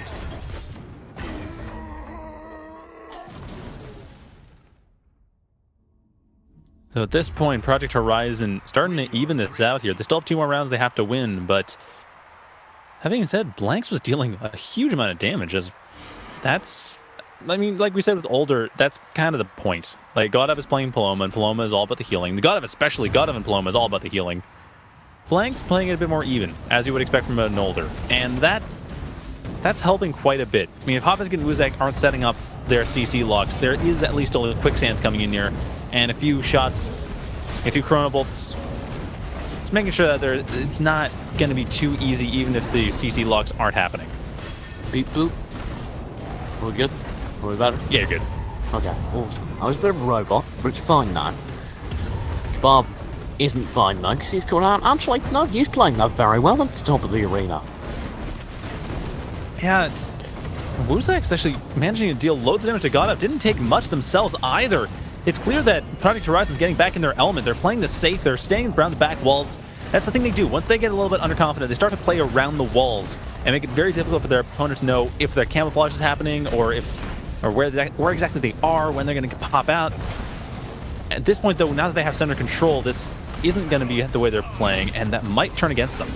There's the stun off the time travel, but Ancestral Spirit should protect against the damage. Never mind, Venom Wind rolls through, other side will be forced down. You have the ultimate immediately after, capitalizing off the waste of other side. Godov is so very low. He can go down at any moment, but Wuzak instead is focusing all his efforts on the Little Master, who did take decent damage. Him and Godov on equal, very low HP.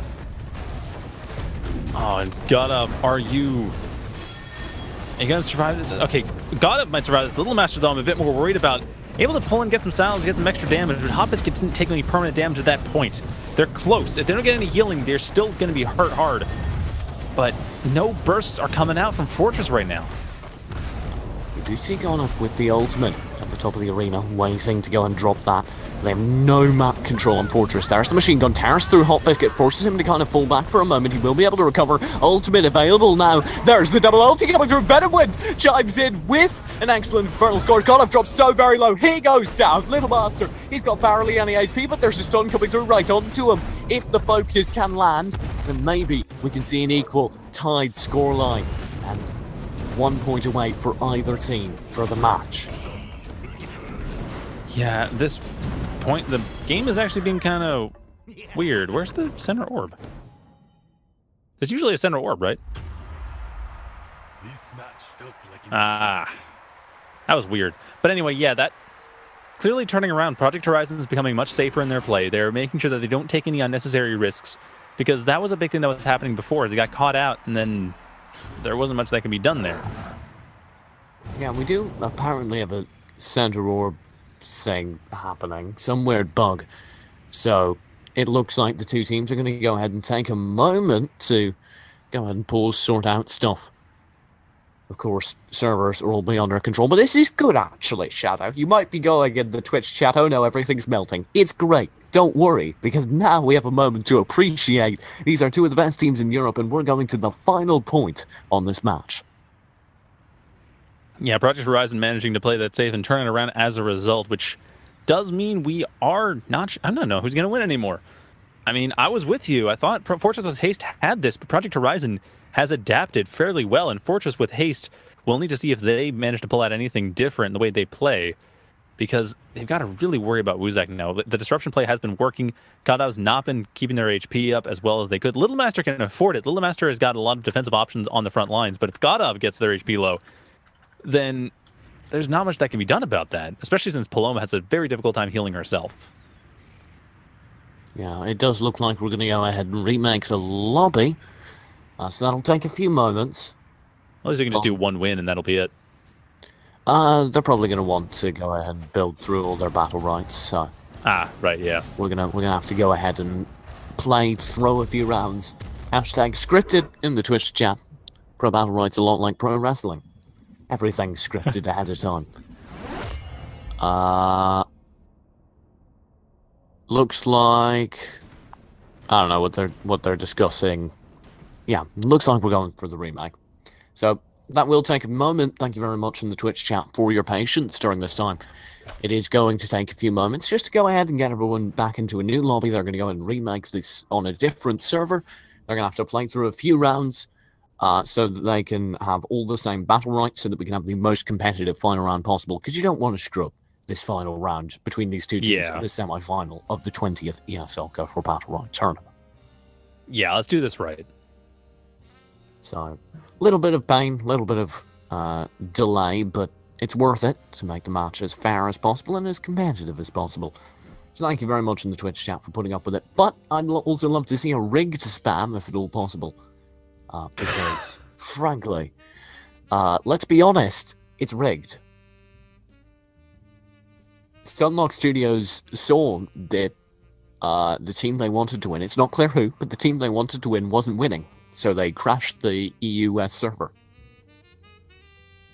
Well, that's an extreme way of going about it. I mean, it's a bit of a conspiracy theory, don't you think? You know what?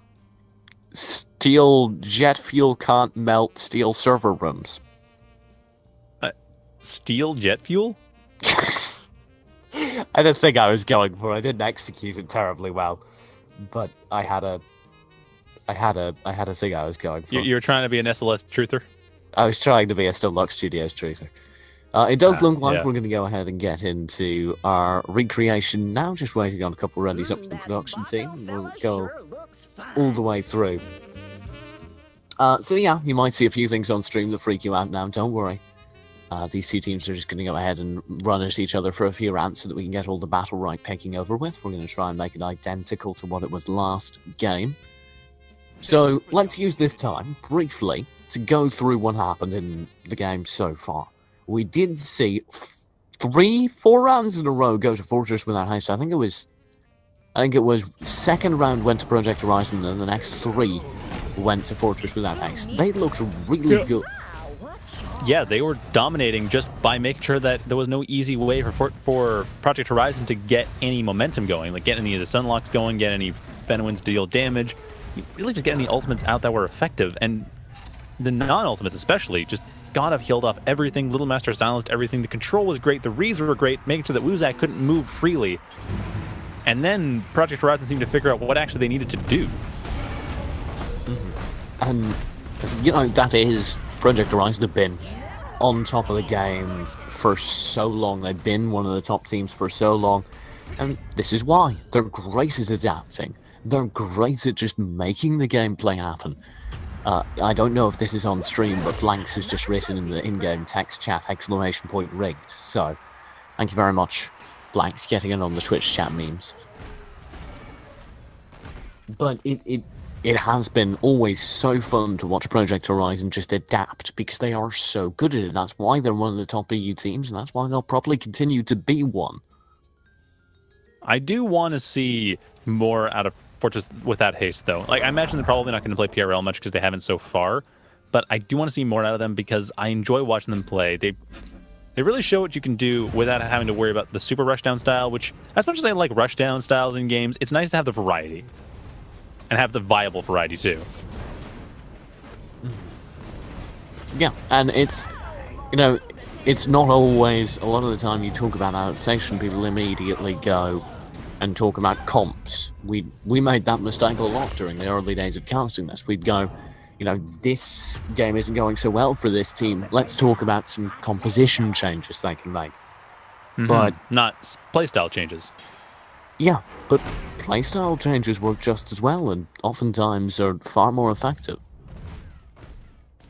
Yeah, because the thing is, especially the way the tournaments are run, by and large, outside of finals and occasionally semis, you are playing one map, so your composition is set. So you better know how to deal with use your composition effectively in multiple scenarios, in multiple playstyles, rather than being stuck to just the one, because otherwise you're going to be so over-specialized you can't do anything in the middle of a match as you realize your opponent's kind of learning what to do. And we will hopefully be able to see the pinnacle of our adaptation as with this kind of break that just came in, because we did have a bit of a server issue. Hashtag beta games, everyone. We will be able to have both teams kind of have a moment to reset, to think about what's happening. And to slaughter each other mercilessly. Also that. Yeah. Thank you, Twitch chat. Thank you, Kebab, especially. What you're seeing currently is the script. We're going ahead and we're testing it. But we do need to go ahead and kind of reset all the way back to the battle rights we had at the end of the last game, just to go ahead and undo the crash we had. So these two teams are just running at each other to get a few rounds over with, so that we can see our battle rights back to what they were at the end of the very last game. Yeah, hopefully this doesn't mess up their concentration too much, but now we have everything set back up. We are in the last round, the proper last round, which should be quite the close one. I mean, the way this is going now, I want to say it's close, but at the same time, Project Horizon, knowing how they played, this could very well end it in 10 seconds. I'm just glancing over at the stream. Drop Bear, why are you descending into an endless red pit? Please. Production quality. PT Tours. We're getting into the the semi-finals, the final round of them. We need the focus, we need the hype, because this is one hell of a round. And at this point, not much damage being dealt yet. Oh, never mind, Blanks being pulled out of position, able to heal themselves somewhat. Did get damaged permanently a little bit, but oh, Little Master is just trying to get something out of position. And Wuzak is the volunteer. will be. There's Wuzak diving in, but oh, Little Master. That was just a, I don't know if that was just a read or something. That was consumed. With the That was consume, consumed. and it ate up the damage, and that was working excellently for him. Wuzak takes a decent amount. Oh, at this one, Wuzak going for Godav. Godav's still okay, though. They'll be able to heal themselves back up from that. And there's the Shadow Beast blocked away, though. Hot Biscuit, nice Molten Fist to get Shadow Beast out of the way. That is exactly what was required in order to avoid any major damage. So at this point, really speaking of major damage, none has been dealt. Well, don't speak too soon, because Wuzak's got ultimate. He's at the top of the board. He's got 3 players in front of him, and the Venom wins ideal. However, Ancestral Spirit will come out, and that encourages him to wait for a moment. There's the Infernal Scourge going through other side, protecting against the vast majority of the damage, but now everything's been spent. If this Venom win could come through, it could be huge. There it goes, out 1-2 players will be tanked by it, and they'll both eat the damage. Stun comes through from the Time Travel as well. Wuzak's doing massive damage.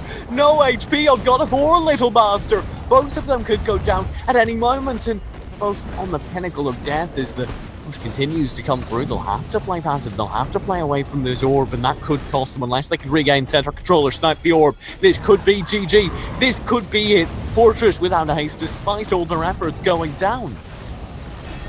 Oh, and Little Master's barely surviving. Not quite.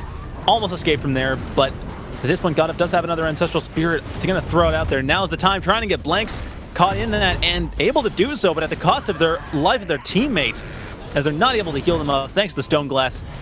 And this is basically it. Valiant effort, but Project Horizon takes it. That'll be all.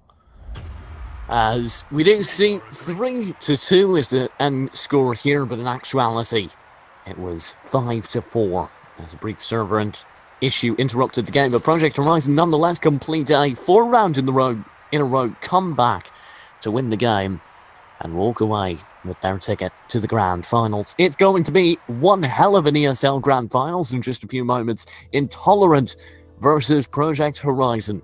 Don't go anywhere. We've got the Grand Finals of EU Battlerite coming up in just a few moments.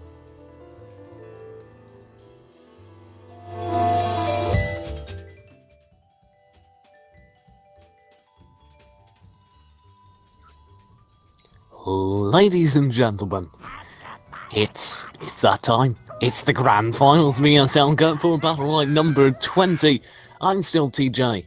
TJ is still joined by Shadow Fury, and we are still right here on twitch.tv/Battlerite with one of the most stacked ESL tournaments to date. Yeah, this setup here, okay, I voted in chat about that. I thought that it was going to be Intolerant winning, but this is still super close. Like, the main thing I'm wondering is how much is Intolerant's aggressive play going to get punished by Project Horizon? Because I'm not noticing Project Horizon go for the CC locks they normally do, which is why I'm not sure if Jolts is actually going to get punished for the super aggressive play the way that I would normally have expected. I mean, the question is, if Jolty gets CC locked, he just melts, right?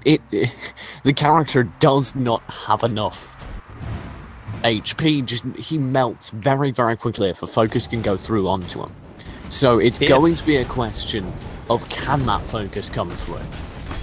Well, we're starting, but not quite enough. Camouflage doesn't get in. The Clarity Potions coming out from Iska are exactly what is going to stop this CC lock from becoming a major deal. That's going to be the biggest problem.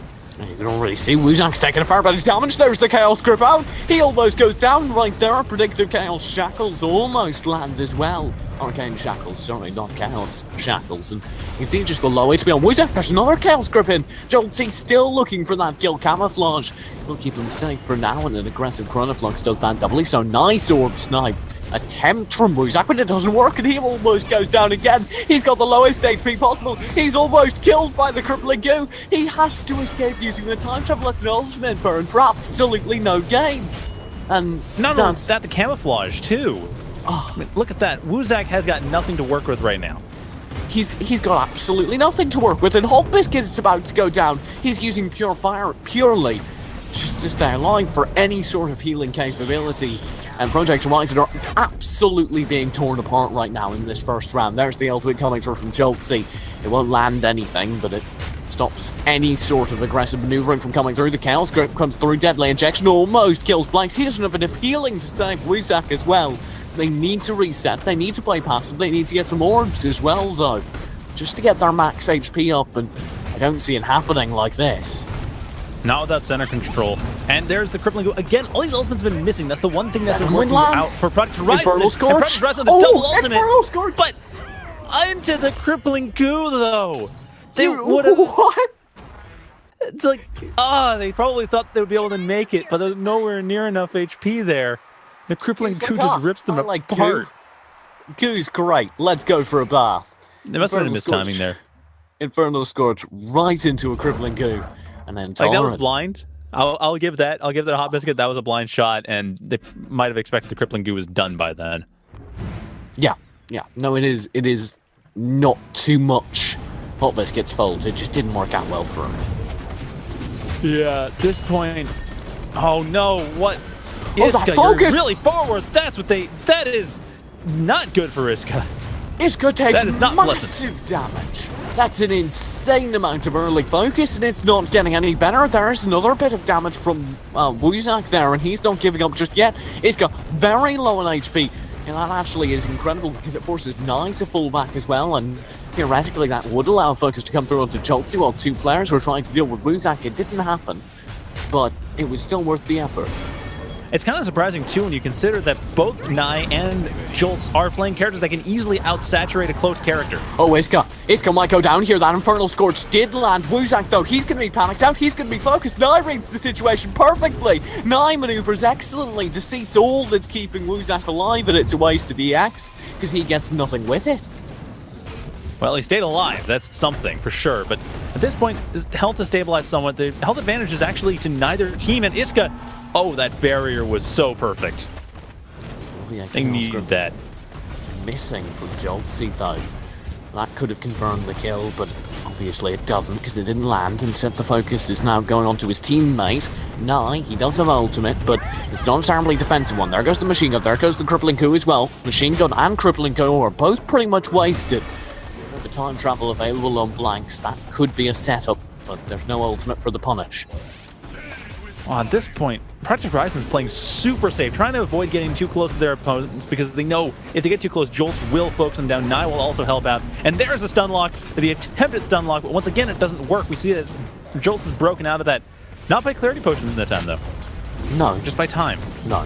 Chaos Grip is available. There's a bit of a stun lock coming through. In-cap through to the Flame Strike stun, but no follow-through will happen, and Nye survives with almost no HP damage. Iska lands a Petrified Bolt. Chaos Grip will be nullified, though. An excellent play by Blanks. Deadly injection lands onto Jolts. Quicksand lands onto Iska.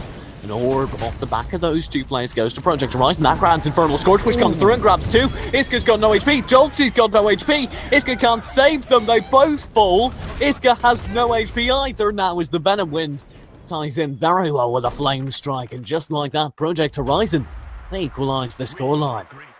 Talk about careful play.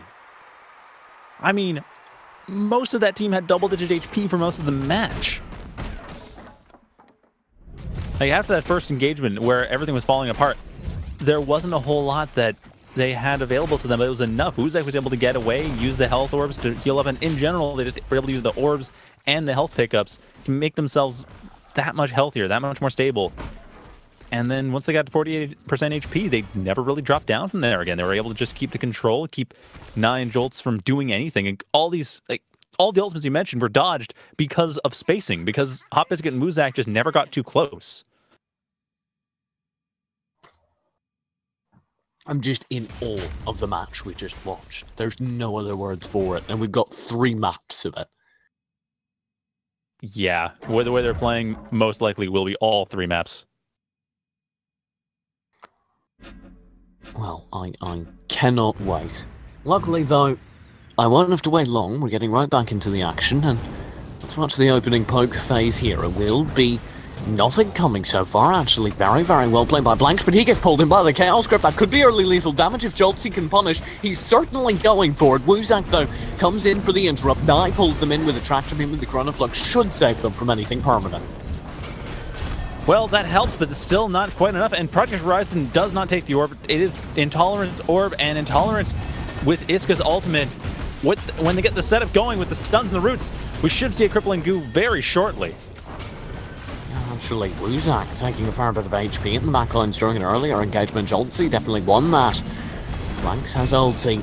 And will actually spend it for a Chrono Flux to survive. There's Venom Wind, hits 2 players. Stun comes through as well. That forces Iska to take the majority of the damage. Hot Biscuit's own ultimate could come through, and it does. Iska drop very low. There's time travel. If this stun lands, which it does, the punish can come through, but instead the flamethrower from Nye, it roasts an invisible frog alive. Iska should be the trade kill though, and he is. And that's huge for Hot Biscuit and Blanks, the 2 remaining players over on the side. They have the healer. They should win this chip game over time.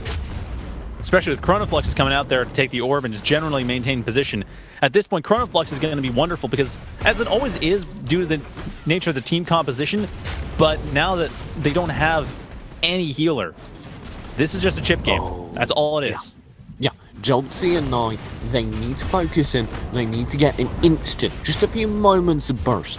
And if they can land that, if they can get those few moments of burst, they still have a chance in this round. That's what it comes down to. At the same time, though, there are still the health pickups, and Nye and Jolts have more confidence center control. They are going to get him, and the health pickups in the southwest, Jolts is already in position to take those once those get spawned. Orb will be stolen. Nye and Co doing an excellent job just maintaining their HP despite not having a healer up, but ultimate's now available, and all the EX has been burned to maintain their orb control, meaning that now the ultimate couldn't tear through. Nye, if that had landed, that could have been huge, but it doesn't. Nye will still be eaten up by the stun, and he will fall at the top of the map. If Joltsy can secure a quick kill, it's still very possible for him, but he needs to do that, and he's not managed to do it so far. The separation came through. Hot Biscuit is doing an excellent job of just buying time, buying space. He's able to secure orb as well. Joltsy will play this as best he can, but I'm not sure it's enough, and it indeed will not be. Only so far it can go. The unsafe play from early on was answered with safe enough play. They got rid of Iska. That's really all they needed.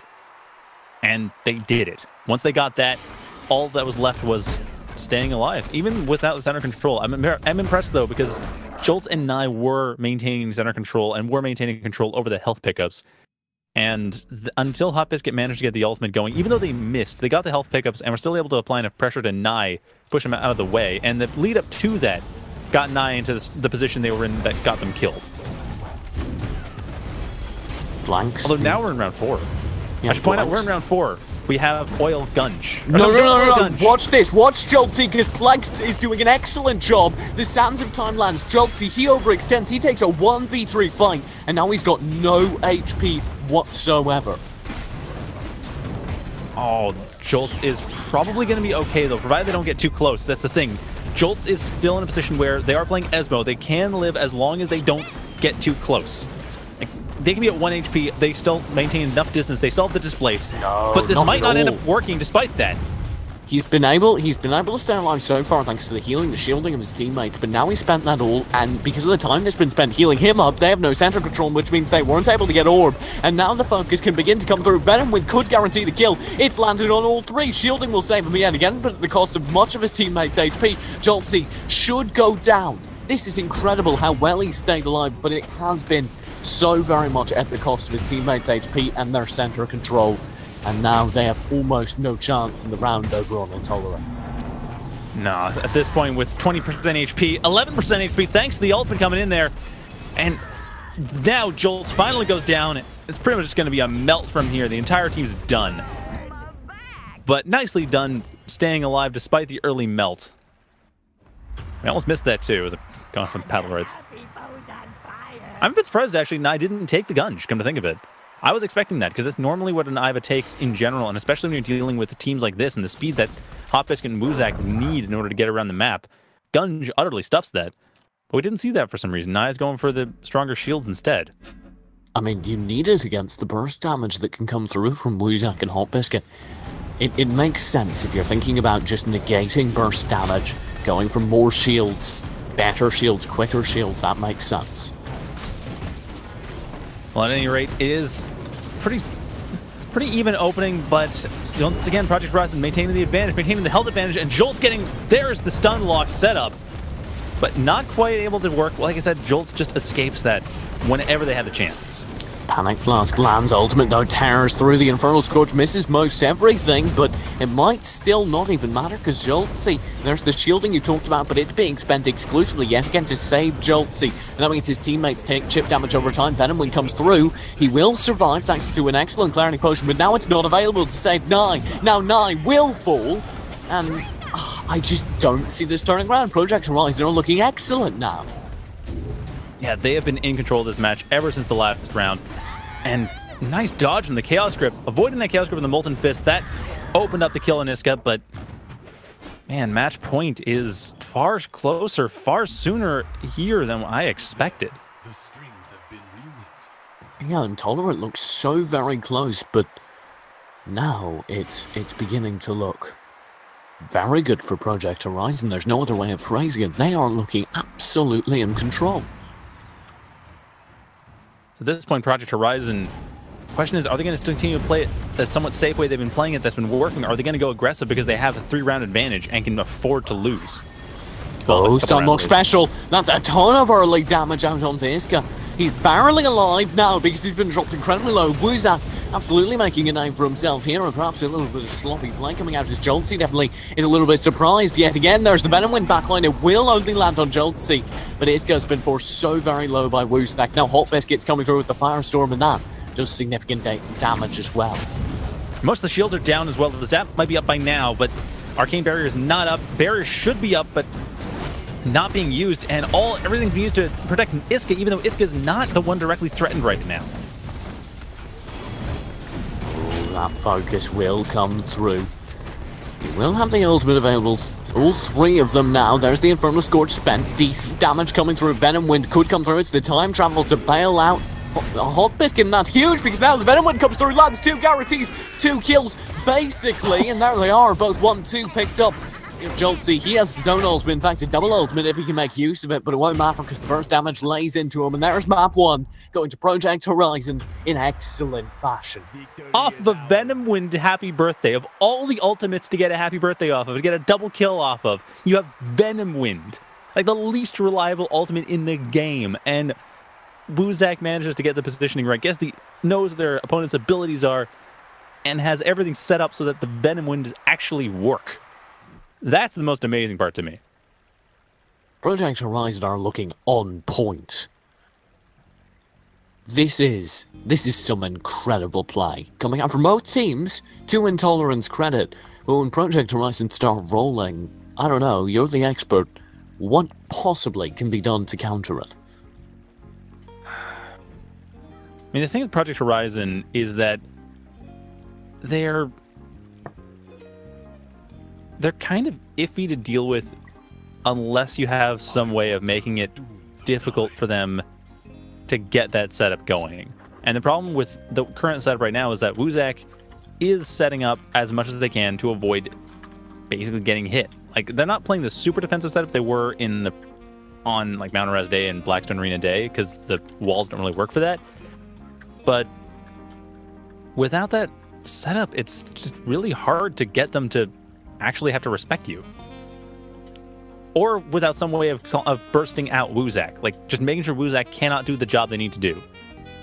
If that can be affected, then Wuzak won't go for anything, at which point you have a bit more breathing room. You don't have to worry as much about disruption, and while the CC locks might happen, as long as you can dodge those, then there's not a whole lot that can be done other than a bit of chipping away at you. Yeah, well, I'm gonna really look for those adaptations because Intolerant, they look so good, they look so powerful, except when they don't, and this is one of those times. Yeah, I don't see a lot of burst damage coming from Jolts. I feel like there's a bit too much respect as it is. They're pushing, they're hanging back, and Jolts kind of needs to be out there dealing all the damage they can off the displaces, and already the displaces putting them out of position. Thankfully, dodging that would have been a setup, dodging the flame strike. But even then, Nye still taking the damage. It's just Project Horizon knows where to focus, when to focus, and are able to do that perfectly in time. Nice orb secure actually coming through. The silence though off the Chaos Grip does land on the Hot Biscuit. He's gonna have to fall back now, and you can see the attack coming out. It will be damage in return onto Joltsy as he tries to press the advantage and will leave us with fairly evenly traded HP. Wuzak, though, so lethal last game. Will dive in. Doesn't get much, though. He's going to fall back. Looks like, well, this is one way of answering your question, is take the orb and maintain safety. Although Wuzak just taking advantage of the tractor beam to get in, even though they're slightly out of position, they have more than enough HP to afford this, as Jolts does not. Oh, Venom Wind lands, Storm comes through, there's the Infernal Scourge, it's a wombo combo, and just like that, there's a kill instantly guaranteed. I mean, that's the thing, is that Project Horizon just has those they can pull out pretty much any time, and nice dodge with the time travel, by the way. I mean, dodge into the Crippling Goo, so not necessarily that great ultimately, but say it worked out. Regardless, still 3v2. Will be Nye and Iska. Now they need to find a way to solve their problem because Orb's been picked up against them. They have a player disadvantage. They do have the healer, so it is possible, but they need some big plays to come out, and they need them very quickly because Iska's receiving a focus. Nye does have ultimate. It will tear into Hot Biscuit. Now Wuzak, but not enough damage to confirm a kill. The barrier's been chewed through. There's Venom Wind onto 2 players. And it'll land onto both as the roll is burned early.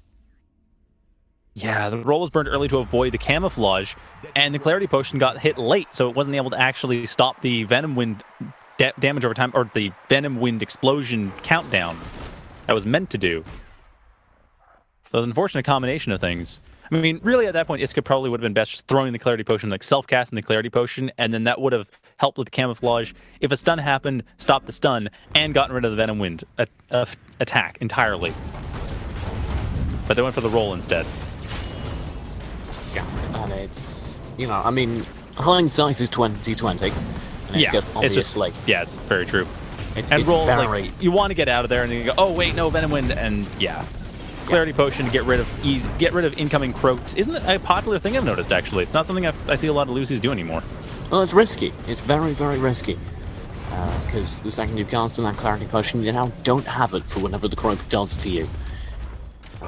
Does land at the eye. That will be the Infernal Scourge flying through from Hot Biscuit, but he can be silenced right off the back of the Chaos Grip lands in the punish from Joltsy. That's so lethal.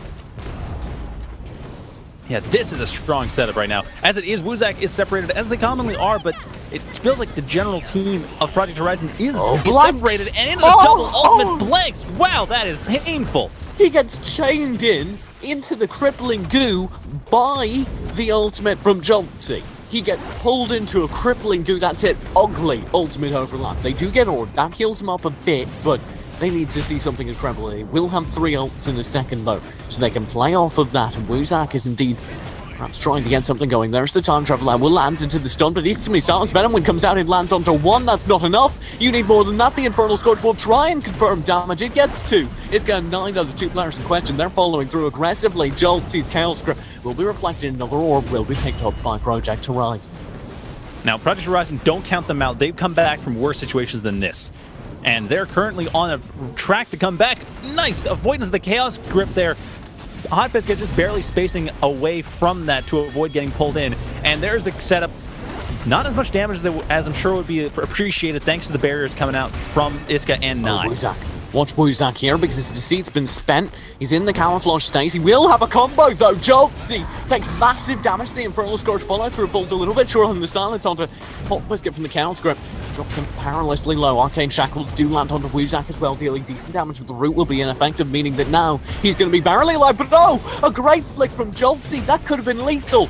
Instead, though, Joltsy doesn't land the kill, and Orb will be secured. That's 4 orbs to 2, and that's a huge advantage now as the second Chaos Grip does land. Wuzak very, very low, and from what should have been a sure round, Project Horizon lose their first player, and now Hot Biscuit and Blanks need to do something incredible to turn the round around. Nye has an ultimate to tear through, but that Crippling Goo will buy 1. There is the Infernal Scourge flying through, 2 of them, but it's not enough. Hot Biscuit, he hasn't done enough damage. He can be pulled in, he's going to be petrified.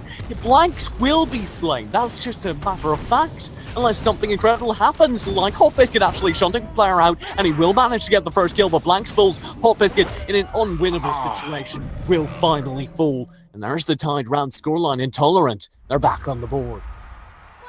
Well, I mean, they earned it after that round. Project Horizon did a great job stabilizing, but man, Intolerant was just able to keep themselves alive. Like, Jolt's staying alive in that one exchange, that was a big deal. Because Jolt's, like, they dealt almost 1,000 damage. Like, on that side of the team, dealt the most damage.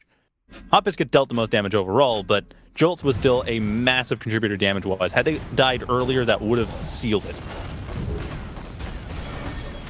Yeah, Jolt's, he's been doing such a good job all tournament with those Chaos Grips. It's been so fun to watch. Yeah, although this Chrono Flux is causing problems. Nicely timed. That was a perfectly timed Chaos Grip right there, but still, the Chrono Fluxes have been making Jolt's life difficult for the Chaos Grips. Quite a few times they pulled themselves towards the Chrono Flux rather than pulling their opponents in. Yeah, no, it's been excellent to watch from Blanks using those Chrono Fluxes. Now he uses one to try and stay alive, to try and stop himself from getting pushed further into that Crippling Goo. I think he was worried about the Chaos Grip coming out and pulling him back into the Crippling Goo as soon as he left it, and he did an excellent job preventing that. Look at the center control. Intolerant has totally taken center control. They are dominating this match so far. I mean, there's chips coming here and there. There's bits of burst damage, hitting mostly Jolts, sometimes hitting Nye, but not dealing as much damage as they need, as is necessary. Like, it really is a question of how much damage is being dealt versus how much damage is being taken. And Project Horizon at least has the health advantage, if nothing else. But so not Wuzak goes in with the stun there, and he does manage to buy the board by focusing in, but there you have Jolty. He lands the Chaos Grip. That could be a huge opening. Won't be though, and now they're all scared off by the presence of Wuzak. The knowledge he probably has ultimate, and the combo with Hot Biscuit can come through. Wuzak lands his Venom Wind. It will be mostly cancelled out, and Hot Biscuit's ultimate doesn't come through because he just spent it. He just spent it on a Fireball. That will mean Orb can be pulled in by Nye with the Tractor Beam. Double Petrify Bolt comes through as well. This is a huge opening now. Wuzak will be picked up by the time travel. No stun will come of anything. Joltsy falls further and further back. Nye and Joltsy, they both have ultimates, and oh boy, I bet they have a use planned. They probably do, but the Orb is going to go to Project Horizon at this point. And, oh, Nye, Machine Gun and, oh, actually the entire setup. If all the outs can be exhausted, we could see a triple ultimate turn this game exactly around. Time travel comes through. It will be Hot Biscuit playing very, very aggressively up the back of that. Infernal Scourge and Firestorm will come through as well. Nye, his Tractor Beam protects him. Venom Wind is available to Wuzak. He's so ready to use it. Iska should be his victim. Iska and Nye lined up together, but he hasn't found the use for it yet. Camouflage, there's the stun. There's barriers used up. Now is an excellent time to go for that Venom Wind, because Iska, he's so very low. He goes down. Wuzak will throw himself out of the arena in the process, but it doesn't matter because Joltsy, he's been dropped low as well. He'll go down. Nye, he's got zap. But the stun, the flame strike, that'll guarantee the kill. And just like that, Project Horizon, they're now at a 2-1 lead. One thing I actually wanted to point out, though, is Iska thrown out. Some people might have wondered, why did Iska throw out that Crippling Goo? Because that was a read. Like, that was actually quite impressive, because Blanks throughout the time travel, and the obvious target was obviously Iska and Jolts. And then Iska threw out the Crippling Goo to prevent that in advance, but Blanks didn't go for that, which was very clever on both parts. It would have been lethal. It was a nice little mental battle. It would have been lethal if Blanks had gone for the obvious juicy target. He would have just gone right into a Crippling Goo and probably died. Yeah, so I really liked Iska's mind games there. That was a wonderful read. It didn't work out, but it was still the right thinking. Yeah, and you can only reward creative thinking. We're seeing a bit of creative thinking still from Iska, as he uses a nice Petrify Bolt to go and guarantee Orb. Chrono Flux is very aggressive though, and there's the focus coming through! Just like that, Wuzak! He melts and he falls! Jolty, that's the power of that focus. Yeah, at this point with the center control entirely in Jolts' in Intolerance hands, we're not seeing a whole lot come out of there. Although Iska is taking quite a bit of damage with the double ultimates. It's not enough, as Iska obviously can shield up. They can just avoid most of the damage, even with the second. Hot Biscuit! The second Infernal Scorch coming in there. Oh no, he's barely alive! The Flame Strike in the corner of the double Petrify from the Bolted Chains! That'll save him now! He's able to use the Searing Flying to escape, but now it's Blanks' turn. He's going to be pulled in by that Chaos Grip. Time Bender will preserve him for now, and he's getting a fair bit of focus out in return, but Blanks goes down. Joltsy will, not quite get the focus through. Now Hot Biscuit has an ultimate, and he almost has another, but nonetheless, he goes down. That was 3 ultimates that round from Hot Biscuit. 3 ultimates inside of 10 seconds. That was amazing. Unfortunately, it didn't manage to get any kills, but given the situation at the beginning with Wuzak dying almost out of the gate, that was still what the Hot Biscuit had to do. They were doing the things that really were the best plays given to them. Unfortunately, it was just 2v3, and that's always a tough situation. I'm just blown away by this match, because now we're at a 2 versus, or a 2 rounds to 2 scoreline, not a 2v2. It's still 3v3, thank God. But we're into a 2-2 scoreline, and this means that pressure's not evenly distributed. Of course, Project Horizon win the first map, and that puts them now at match point if they can win this map. And again, we see that all the orbs are going over to Intolerant. That has been a big deal. That has been a major source of the HP they keep maintaining, the ultimates they keep maintaining. And that's something that, if Project Horizon were to take more of, they'd be able to do the setups they need, because their setups depend on ultimates. I mean, a lot of it depends on Infernal Scorch, really. There's another orb, and here's a triple ulti coming up. Woozak, he's almost got it. You've already got the ulti on Hot Biscuit, and you will have the ultimate as soon as the next fight happens over on Blanks. This is the setup, this is the opportunity. Now if the ultimates can come through before too much chip damage is done, this could be huge for Project Horizon. Yeah. And Nai has no out, Iska still has their... Iska has no out because they just used the ultimate.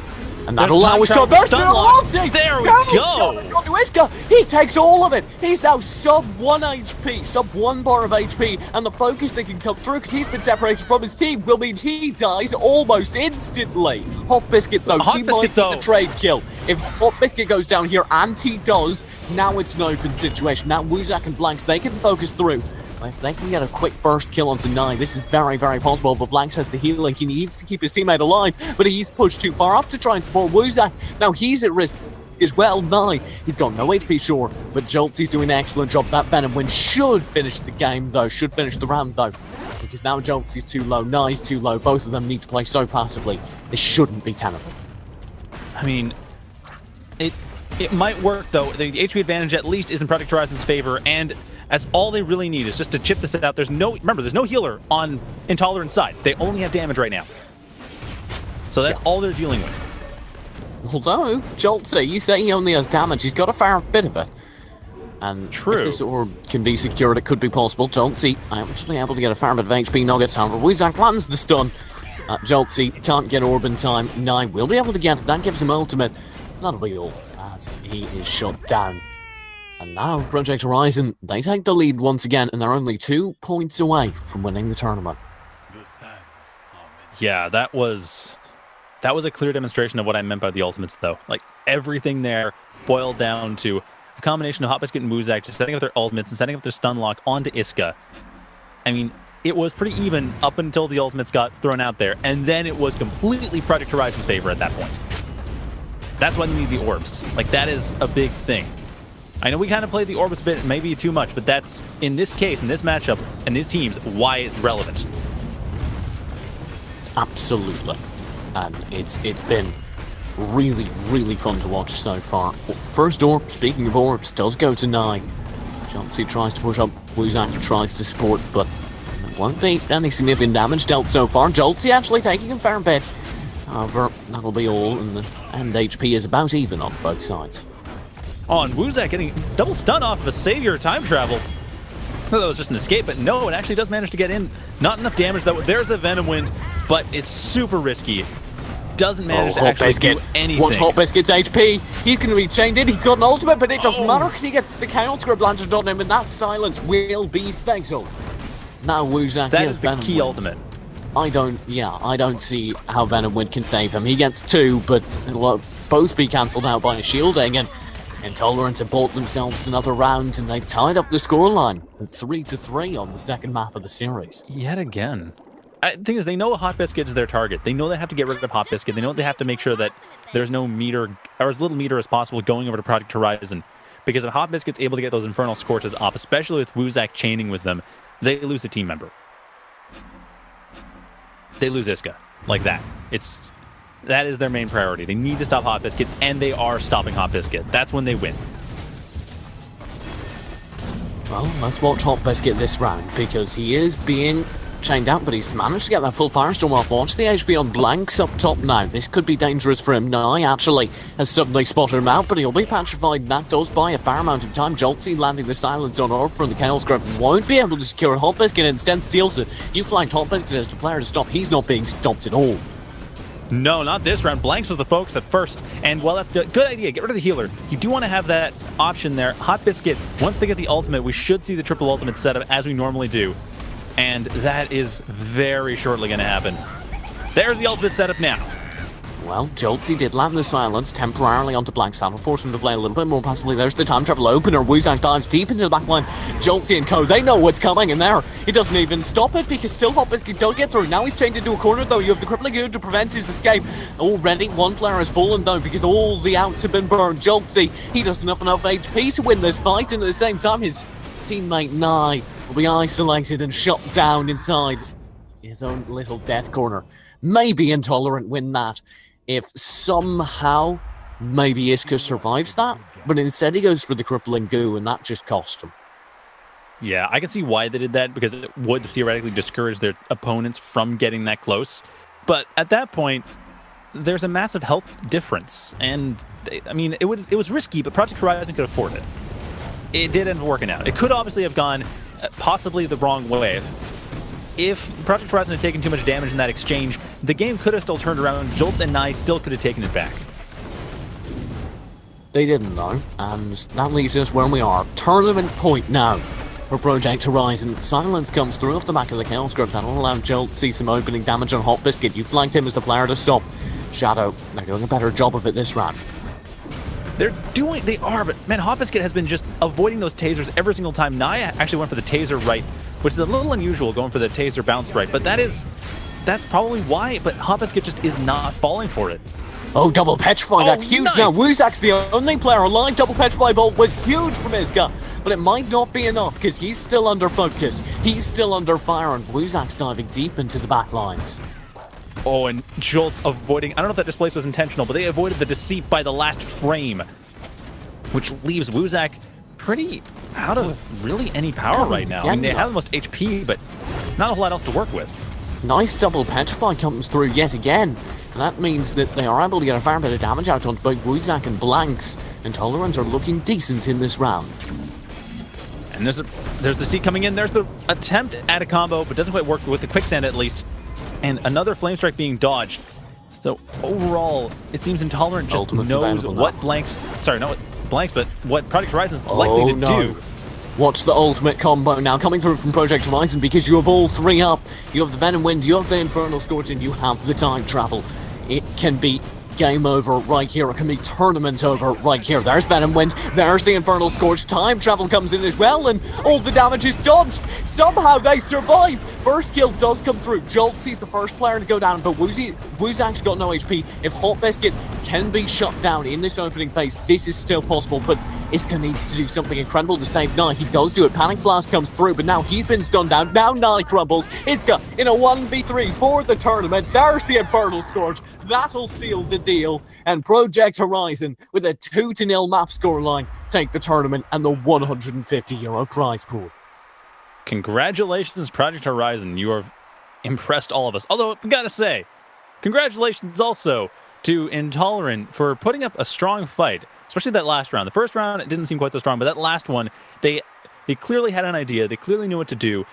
They didn't quite manage to execute it every single time, but when they did, when they were getting the orbs and when they were keeping Hot Biscuit at bay, they were maintaining the control they needed. Because those ultimates, that's really what that composition boils down to, is getting the Infernal Scorch and Venom Wind out together and getting all that burst damage from the ultimates. If they don't have that, Project Horizon has a much harder time managing to win games. It's very clear. Yeah, and it's been... This game was an absolute masterclass on how to play Ashka. Hot Biscuit continually improves. He's been a player that I remember watching and thinking of him as kind of the second Ashka in Europe, maybe third, mediocre Ashka. That's definitely not the case now. He is a terrifying Ashka. He is a terrifying DPS player. I would put him in the ranks of the top DPS players in Europe, and this game was certainly no exception. 800 damage on average per round. 800 damage. Almost 900 when you look at it. Sorry, no, 800, sorry, not the score is 800, but yeah, it's like, yeah, that is... At the same time, though, Iska's healing.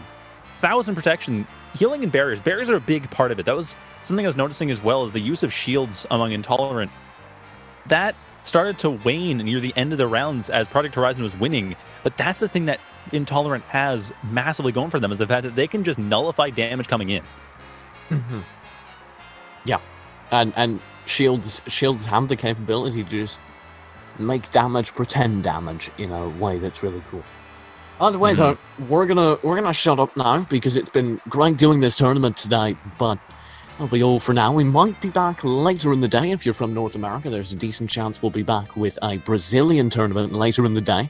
So I would highly recommend going ahead and following the Twitch channel or any of us on Twitter just so you can get all that information there. Thank you very much for spending your evening with us. If you're in Europe, have a nice night. My name, of course, has been TJ. You can find me on Twitter should you ever want to, at esportstj. I've been joined by the wonderful Shadow Fury for the majority of the broadcast, for all the broadcast actually today. Yep. You can find him on Twitter at ShadowFury333, the man behind the scenes running everything so sexily. And of course, hanging out in the Twitch chat under the Battlerite name has been Dropbear. You can find him twitter.com/corruptdropbear. Thank you very much for watching tonight's tournament with us. It's been truly incredible. The ESL tournaments just keep getting better. I am so happy we get to cast these on a weekly basis, and it's been great. Thank you guys in chat. You've been excellent as well, and have a great night or morning or afternoon, depending on where you are in the world.